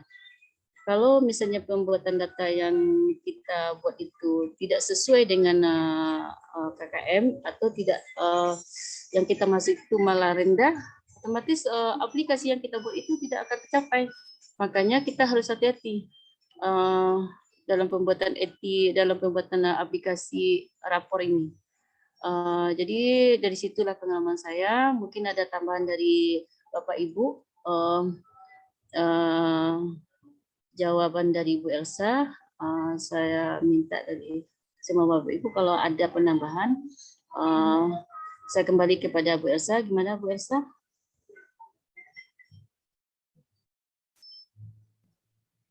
Baik, mungkin yang dapat saya tangkap di sini dari jawaban Ibu Eni Elvina tadi, yaitu contohnya dalam pembuatan sebuah sistem ya, yang sumber daya yang dimaksud itu mungkin usernya, pembagian usernya itu bagaimana, misalnya role orang pemakai sistem itu apa gitu. Dan kalau untuk manajemennya tadi sudah dijelaskan oleh Ibu Eni Elvina. Dan untuk yang tambahan dari Ibu Hamiza itu mungkin bukan pembuatan proyeknya, tetapi mungkin lebih pemakaian jika proyeknya itu siap gitu. Dan itu berupa sistem ya, sistem yang sistem pembuat rapor ya. Ya, udah. Mungkin ada dari Bapak Ibu ada tambahan mungkin Bapak Ibu dari Bu Ayu Hidayati.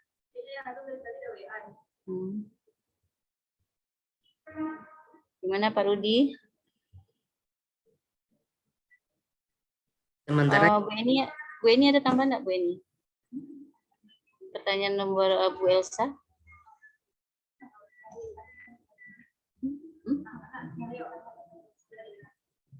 Jawabannya nomor 2. Ada dia Pak? Dicek kolom.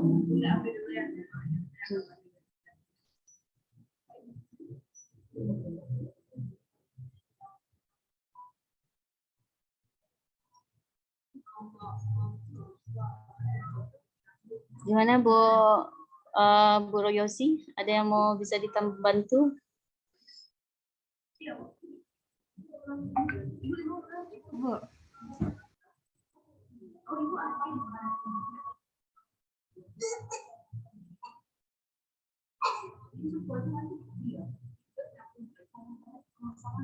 Ya, tadi kan udah ada tambahan dari itu saya tambah tadi kan, tapi belum inti. Belum inti. Berarti belum inti.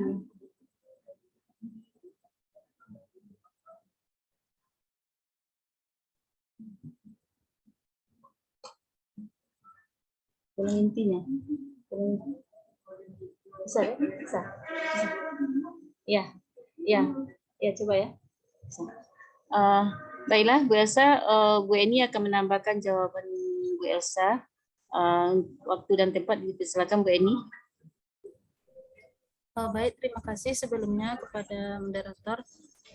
Mungkin yang dimaksud Bu Elsa tadi mungkin bagaimana menghadapi permasalahan yang terjadi ketika pembuatan proyek tersebut. Jadi dalam proses pembuatan proyek itu mungkin dari pengalaman permasalahan-permasalahan yang terjadi, mungkin yang pertama itu mungkin dari codingnya yang error, ataupun yang dari pengalaman codingnya yang error, ataupun bisa saja mungkin ada yang kurang sesuai ataupun yang tidak kurang diinginkan dari si pengguna ataupun dari sekolah tersebut. Maka tentunya dilakukan sebuah perbaikan-perbaikan. Misalnya kalau untuk di sini dari pengalaman yang ditanyakan Bu Elsa tadi, kalau untuk manajemen proyek mungkin terjadi permasalahan, mungkin salah satunya mungkin bisa saja jadwal yang molor ataupun terjadinya penundaan, ataupun mungkin pembiayaan, mungkin kalau untuk yang manajemen proyek yang besarnya mungkinnya di sini pembiayaan yang mungkin yang tidak sesuai dengan yang ditentukan sebelumnya. Jadi kekurangan biaya atau mungkin membengkaknya biaya tersebut. Jadi tidak hanya itu, mungkin terjadi entah itu pengurangan dari sumber daya ataupun dari orang yang akan melaksanakan proyek tersebut, ataupun terjadi suatu penambahan, maka terjadi penambahan sumber daya tersebut, tentu akan terjadinya penambahan dana. Jadi mungkin untuk menanggulangi ataupun di dalam suatu proyek besar tersebut, maka dilakukan ada tadi yang namanya critical path ataupun select time dan yang lainnya untuk menanggulangi permasalahan-permasalahan yang terjadi. Sedangkan dari pengalaman itu hanya terjadi pada mungkin dalam kesalahan coding, tidak penemuan atau tidak kurang setujunya mungkin dari yang pengguna ataupun dari sekolah tidak sesuai dengan yang website yang diinginkan, maka terjadi mungkin bukan perdebatan, mungkin apa ya, bukan percaya, mungkin terjadi mungkin ada yang diinginkan, ada yang tidak diinginkan, mungkin terjadi di situ, mungkin ada pendapat yang tidak sesuai lah. Jadi mungkin di situ permasalahannya, maka bisa didiskusikan kembali, maka seperti apa nanti baiknya bagaimana, ataupun untuk permasalahan coding tadi mungkin bisa dicarikan referensi-referensi yang lainnya. Sedangkan di proyek ataupun proyek manajemen yang besar tersebut, bisa saja dari manajer proyek tersebut membantu lagi ataupun mengkomunikasikan lagi dengan sumber daya yang tugas-tugasnya tadi itu kan sudah dibagi-bagi dari masing-masing. Jadi apabila memang terjadi kendala ataupun permasalahan, maka nanti dikomunikasikan dan nanti dicari jalan tengah ataupun solusinya. Jadi seperti apa jalan ataupun solusi yang terbaik yang bisa dilakukan. Entah itu nantinya penundaan ataupun melakukan reschedule jadwal, mungkin bisa saja, ataupun mencari dana-dana ataupun tambahan dana yang lainnya dan lain sebagainya. Mungkin seperti itu. Saya kembalikan kepada moderator. Ya, terima kasih Bu Eni penyampaiannya, jawaban dari Bu Elsa.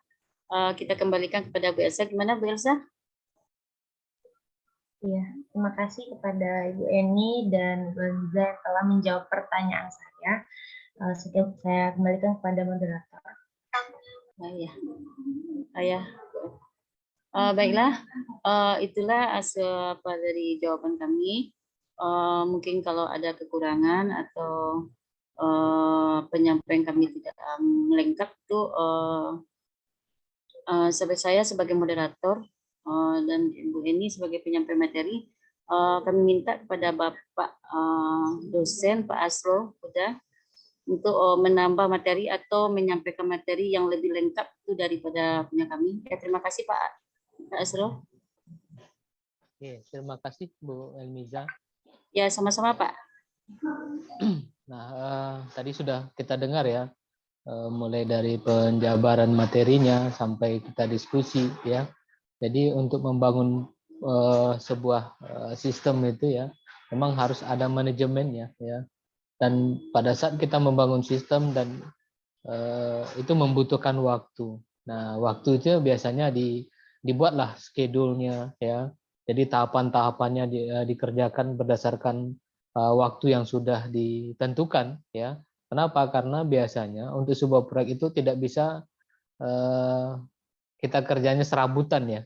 Jadi harus ada di jadwal. Misalnya dari tanggal 1 sampai tanggal 5 apa yang dikerjakan ya. Nanti tanggal 6 sampai 10 apalagi yang dikerjakan. Dan ini biasanya ada tim yang khusus untuk memanajemen proyek ya. Nah, biasanya beda ya antara proyek fisik dengan proyek aplikasi, ini jauh beda ya. Kalau proyek fisik langsung kelihatan ini ya, langsung kelihatan oh ini udah berapa persen ya gitu ya. Nah, kalau proyek aplikasi itu nggak bisa langsung ini sudah sampai sekian nih, ini sudah jadi udah apa gitu ya. Nah, biasanya ya dia bertahap mengerjakannya. Ya, saya kebetulan dari awal dulu namanya itu ujian tulis berbasis komputer ya. Itu untuk SBMPTN. Itu dari awal 2017 kita kembangkan aplikasinya kerjasama dengan beberapa perguruan tinggi yang ada di Indonesia. Nah, itu butuh waktu yang lama untuk establishnya ya. Artinya tidak bisa sebentar ya. Mulai dari 2017, nah sekarang ini sudah established sekali ya. Artinya dulu masih ada ujian tulisnya masih pakai kertas ya. Di 2018 itu masih ya. 2019 itu kita stop ujian yang berbasis kertas. Kenapa?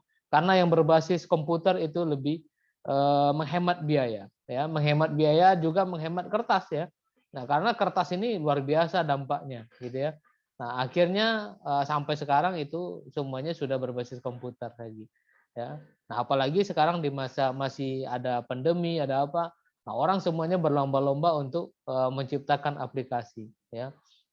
Supaya apa? Supaya ujiannya langsung dengan aplikasi, dan biasanya kalau ujian dengan aplikasi itu tidak butuh waktu lama untuk untuk menghasilkan meranking siapa yang akan masuk, lulus atau tidak lulus, bisa cepat ya.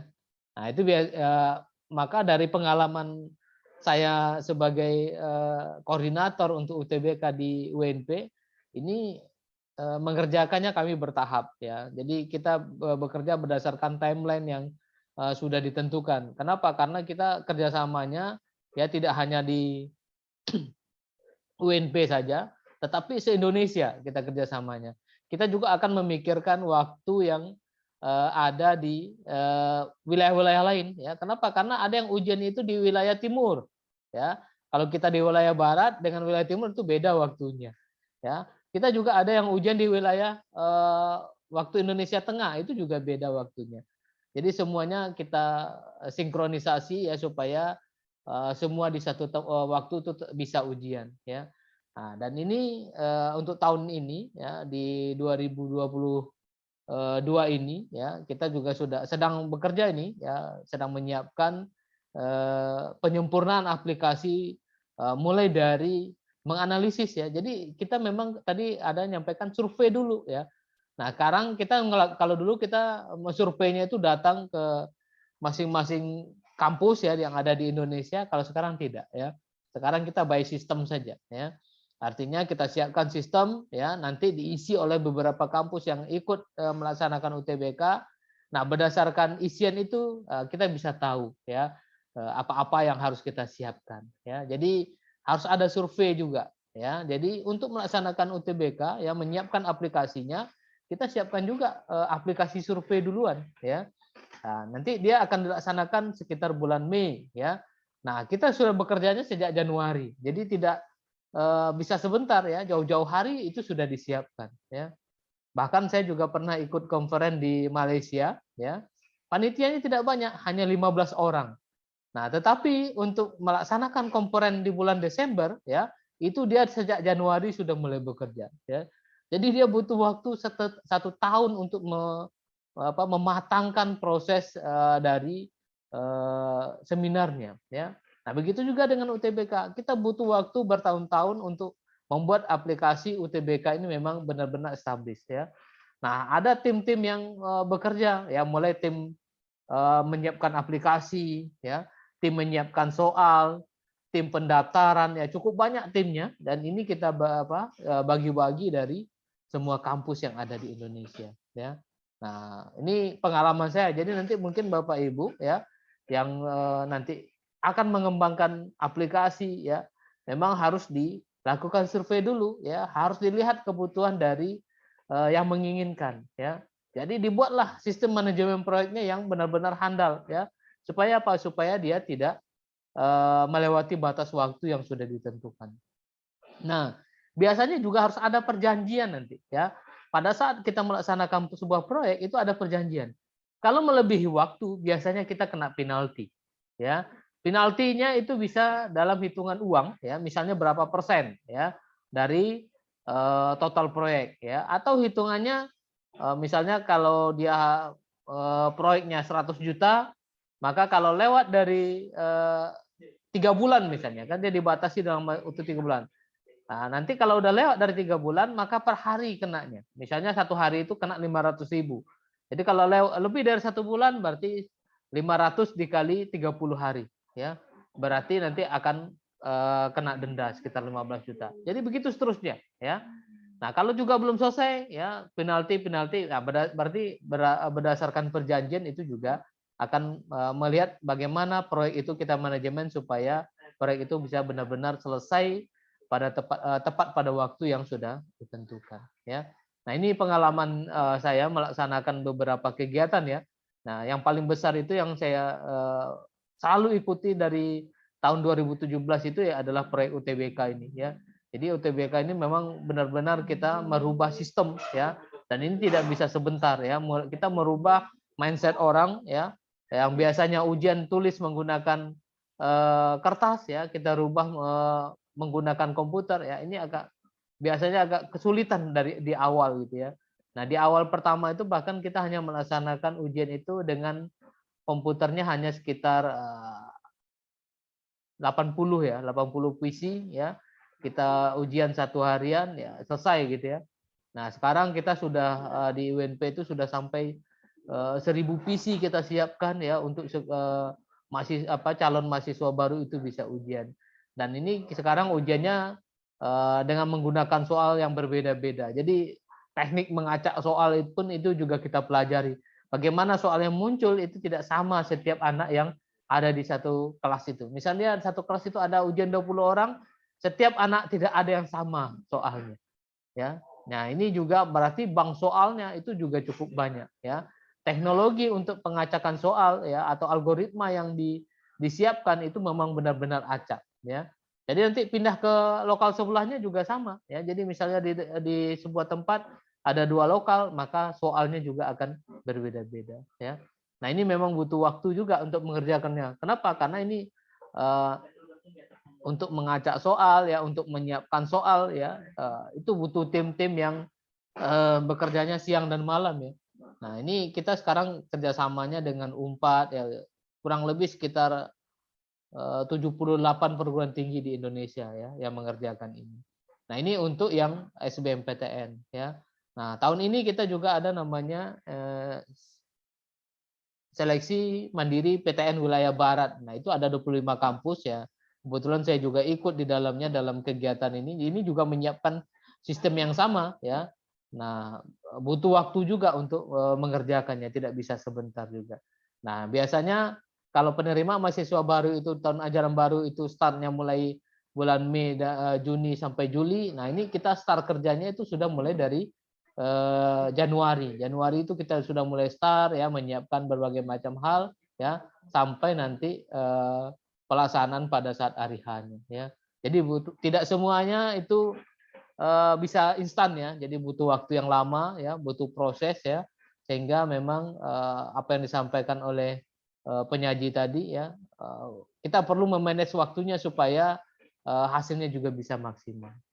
Saya rasa itu ya Bapak Ibu ya tambahannya. Jadi nanti bisa dipelajari lagi lah ya, dibaca lagi sembari menjawab. Nah, jadi kan kita ada tugas ya Bapak Ibu ya. Di e-learning itu Bapak Ibu ini tadi himbauan dari Pak Dedi untuk minggu yang kemarin itu baru yang menjawab itu berapa orang tadi ya kata Pak Dedi itu. Bentar, saya lihat catatan dari Pak Dedi tadi. Minggu kemarin itu hanya 6 orang juga yang menjawab ya. Nah, nanti mohon nanti ya question yang ada di e-learning ya, kan ada question chapter 4 misalnya, nanti ada question chapter 5, ada question begitu seterusnya ya. Silakan Bapak Ibu isi ya. Silakan diisi ya. Kenapa? Karena itu semuanya sudah terekam ya. Jadi saran dari Pak Dedi ya berangsur-angsur mengerjakannya ya. Jadi jangan nanti di akhir aja lah Pak kita kerjakan. Nah, jangan. Kenapa? Karena di akhir kita masih mempunyai project ya. Jadi kalau sekarang kan baru case method ya. Nah, kita nanti di akhir juga punya projectnya. Jadi untuk menanggulangi supaya tidak bertumpuk pekerjaannya, nah maka dikerjakanlah berdasarkan manajemen proyek. Jadi bertahap mengerjakannya. Sedikit, ini sekarang minggu ini chapter 5, minggu besok chapter 6 ya, bertahap mengerjakannya ya. Nah, mudah-mudahan ini bisa terselesaikan ya Bapak Ibu. Kenapa? Karena nanti itu yang mengaturnya Pak Dedi semuanya ya. Nah, itu himbauan dari Pak Dedi tadi saya sudah sampaikan, mudah-mudahan nanti Bapak Ibu juga luangkan waktu ya, paling lama ya 1 jam lah luangkan waktu untuk membaca sambil mengerjakan tugasnya. Mudah-mudahan ini bisa terlaksana lah hendaknya. Mungkin itu saja Bapak Ibu. Kalau ada Izin bertanya. Oh iya silakan Pak. Bu Michelle ya. Ya. Kalau untuk yang upload submission itu, yang review question itu memang ada deadline waktunya, cuman kita masih bisa upload, Pak. Cuman untuk yang satu lagi yang kuis, yang kita dan kita cuman bisa attempt 1 kali ya, kalau nggak salah tuh. Iya, kuisnya memang 1 kali, Bu, ya. Karena memang Ya, di set itu. seperti itu, ya. Jadi nggak bisa revisi lagi. Ya, kalau untuk kuis ya namanya juga kuis ya, Bu ya. Kuis itu 1 kali jawab ya selesai gitu ya. Jadi sudah terblocking langsung gitu. Nah, Ya, tapi kalau untuk tugas itu yang question itu Bapak Ibu bisa upload. Nanti saya sudah sampaikan juga ke Pak Dedi kalau bisa dibuka aja dulu supaya nanti sampai akhir semester itu bisa diupload oleh mahasiswanya gitu. kalau yang kuis itu bisa dibuka lagi ya, Pak? Karena udah ketinggalan nih dari yang chapter 1, 2, dan 3. Nanti saya koordinasi dengan Pak Dedi, Bu ya. Karena beliau yang punya passwordnya itu untuk kuisnya. Ya. Nah, mudah-mudahan nanti bisa rasanya bisa. Kenapa? Karena kan itu diatur menggunakan timer saja. Iya, baik, Pak. Ya. Ya itu attempts-nya juga kalau bisa 1 kali lagi. Oke, nanti Setting ini 2 saya kali. koordinasikan dengan Pak Dedi lah. Ya, Iya. karena beliau yang ngatur itu semuanya, Iya. termasuk questionnya juga beliau gitu. Itu gimana cara pengerjaannya, Pak, yang studi kasus itu ya? Mungkin ini sih ada pertanyaan dari beberapa teman yang untuk case method itu studi kasus itu kita mengerjakannya gimana gitu? Yang studi Mungkin kasus. dicarikan kasusnya, Bu. Misalnya Ibu baca dulu beberapa artikel ya. Nanti Ibu carikan kasusnya kira-kira apa kasusnya. Nah, kita cari kasusnya yang yang mendekati dengan kasus manajemen proyek misalnya sekarang kan. Jadi kita carikan Ibu tinggal upload aja di situ gitu. Jadi Ibu contohkan ya cari beberapa contoh nanti Ibu masukkan salah satunya di manajemen proyek tadi. Jadi contoh kasusnya Bu yang dicari gitu. Itu kan untuk semuanya ya. Jadi bukan hanya untuk yang tampil hari ini, tapi untuk semua. Ya, cari contoh kasus manajemen proyek ya. Jadi nggak mungkin kita tidak pernah menangani beberapa hal ya. Nah, kayak misalnya kalau saya dulu itu di awal itu memang kasusnya itu adalah kasus untuk ujian ya. Kenapa? Karena ujian biasanya menggunakan kertas. Nah, kita rubah sistemnya harus menggunakan komputer. Nah, supaya apa? Supaya tidak menggunakan kertas lagi. Kalau kertas kan ya sampai miliaran Bu kita investasi untuk pembelian kertas tahun 2000 sampai 2016 lah ya, 2017 terakhir itu ya. 2017 itu miliaran Bu, se-Indonesia ya, kita ujiannya miliaran gitu kertasnya.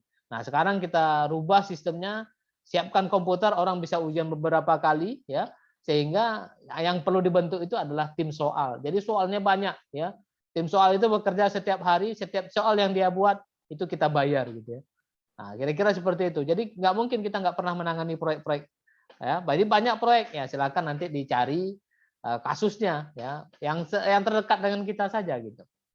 Baik. Dan itu dikomentarin tapi kita cari kasusnya aja ya. Dikomentari juga Bu. Jadi kalau bisa ada komentarnya juga. Jadi kan di situ kan jadi setelah kasusnya ada kita beri komentar lah. Ya, kita beri komentar gitu. Oke. Baik Pak, Ya. terima kasih banyak Pak Asrul. Iya. Masih ada Bapak Ibu? Pak izin Pak, saya Zakaria Pak. Bu Yosi ya dulu. Silakan.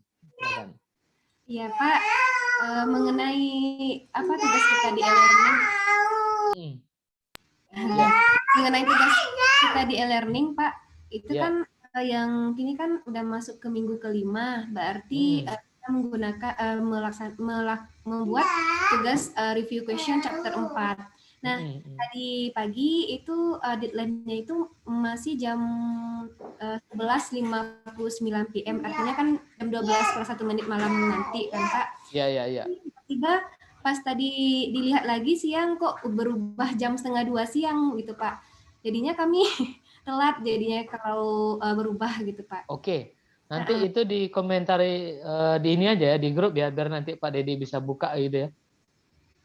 Iya Pak. Nanti jadi kalau yang itu nanti kalau untuk penjadwalan itu memang Pak Dedi yang megang ininya. Nanti silakan ini kan aja buat minta dibukakan lagi ya karena waktunya sudah lewat gitu ya. Iya Pak. Yang untuk chapter berapa itu? Yang untuk keempat, Minggu Pak. Yang keempat ya? ini. Heeh. Yang Minggu ini ya? ya, Pak. Iya, iya, iya. Heeh. Terus yang ininya Pak, kemarin Iya, instruksi soalnya yang minggu kemarin kan chapter 3. Itu iya, nomor soal review questionnya 1 sampai 8. Nah, iya. sekarang instruksinya udah berubah Pak. Cuma chapter 3 artinya 1 sampai 15 jadinya kan Pak. Nah, tapi kami sudah ngerjakan sesuai instruksi yang kemarin 1 sampai 8.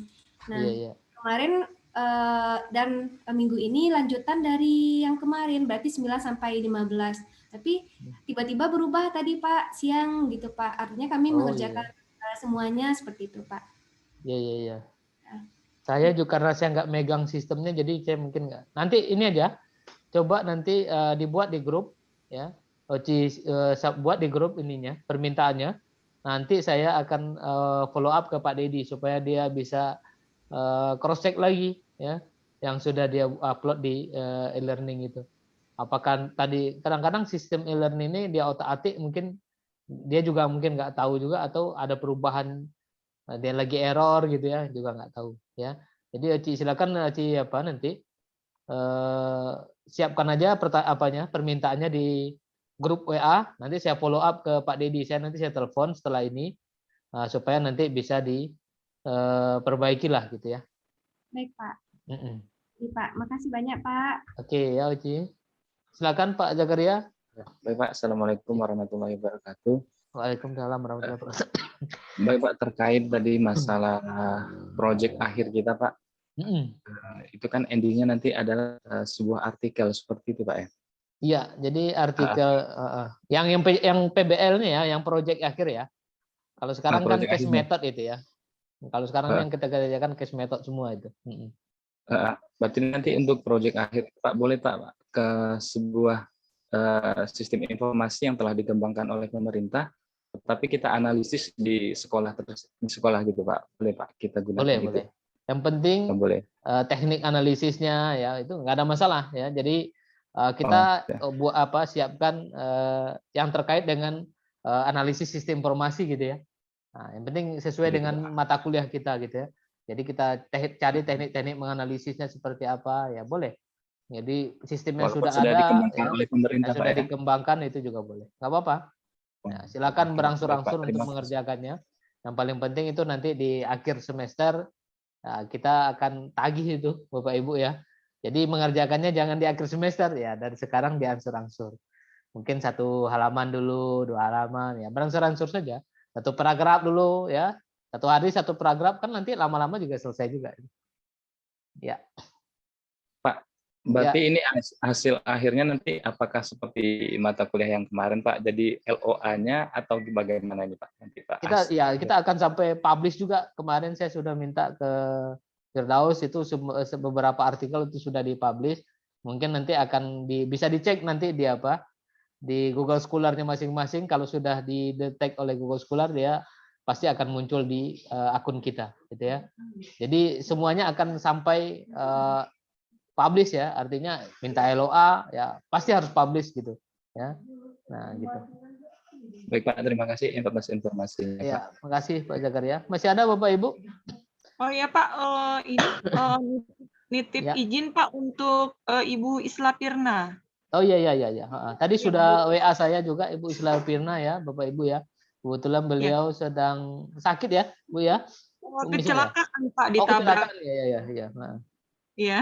Sekarang masih di rumah atau di rumah sakit, Bu? Masih di rumah sakit, Pak. Masih di rumah sakit ya. Iya, masih. Kecelakaan pulang sekolah atau? Waktu itu nggak tahu pulang lagi ngapain, tapi beliau ditabrak sama anak SMP gitu, Pak. Oh iya. Jadi tangan dan kakinya luka dan bekas banyak jahitan gitu. Oh iya. Iya Pak, masih di rumah sakit. Ibu sudah lihat belum? Saya nggak lihat Pak, cuman sempat komunikasi dengan beliau. Oh iya. Iya. Yang dekat dengan Bu Isla Pirna siapa? Bu misal aja. Pak Rudi juga, Pak Firdaus juga mungkin Pak. Enggak, bukan. Artinya dekat, bukan dekat ini. Satu lokasi daerah gitu. Oh, satu lokasi beliau bukan di Batam Pak. Ya, di mana ya itu? Di Riau kayaknya. Di Riau Di Riau, kayaknya. kayak. Iya, Iya ya. Enggak ada yang satu lokasi ya? kayaknya nggak ada Pak kalau di kelas kami yang satu lokasi. Oh, ya mudah-mudahan lah kita doakan saja karena memang lokasinya kita ini jauh-jauh ya, tidak bisa kita Iya. jenguk. Mungkin nanti dikomunikasi aja Bu Michelle ya, Iya. dikomunikasikan juga dengan dosen yang lain supaya juga tahu ya dengan kondisi seperti itu ya, karena takutnya nanti tidak diberitahu ke yang lain ya juga bingung apa juga ya, kenapa nggak masuk gitu ya. Nah, Iya. Ya, baik Pak. Ya, terima kasih banyak. ya kita doakanlah Bu Isla Pirna ini supaya cepat sehat juga ya, karena berkendara sekarang ini juga banyak risiko juga gitu ya. Iya, kalau nggak kita nabrak, kita yang ditabrak, Pak. Nabrak itu tadi. Itu Anak SMP yang nabrak. risiko berkendara tuh ya, apalagi anak SMP yang nggak punya SIM ini gimana tuh? Ya itu makanya. Aduh. Ya. Masih ada Bapak Ibu? Kalau tidak ada kita akhiri ya. Nah, mudah-mudahan nanti luangkanlah waktu Bapak Ibu untuk menyelesaikan tugas-tugasnya ya, paling enggak 1 jam aja lah diluangkan ya, selesaikan berangsur-angsur ya, bertahap. Nah, nanti yang tadi pertanyaan Oci tadi ya silakan diketik di grup WA. Nanti setelah ini saya follow up ke Pak Dedi supaya bisa di settingnya nanti. Mungkin kalau sekarang dia lagi ada kegiatan ya nanti dalam sela-sela kegiatan bisa diperbaiki di e-learningnya gitu. Baik, Pak. Ya. Pak. Terima kasih, Pak. Oke, Bapak Ibu kita akhiri. Bila taufiq wal hidayah. Assalamualaikum warahmatullahi wabarakatuh.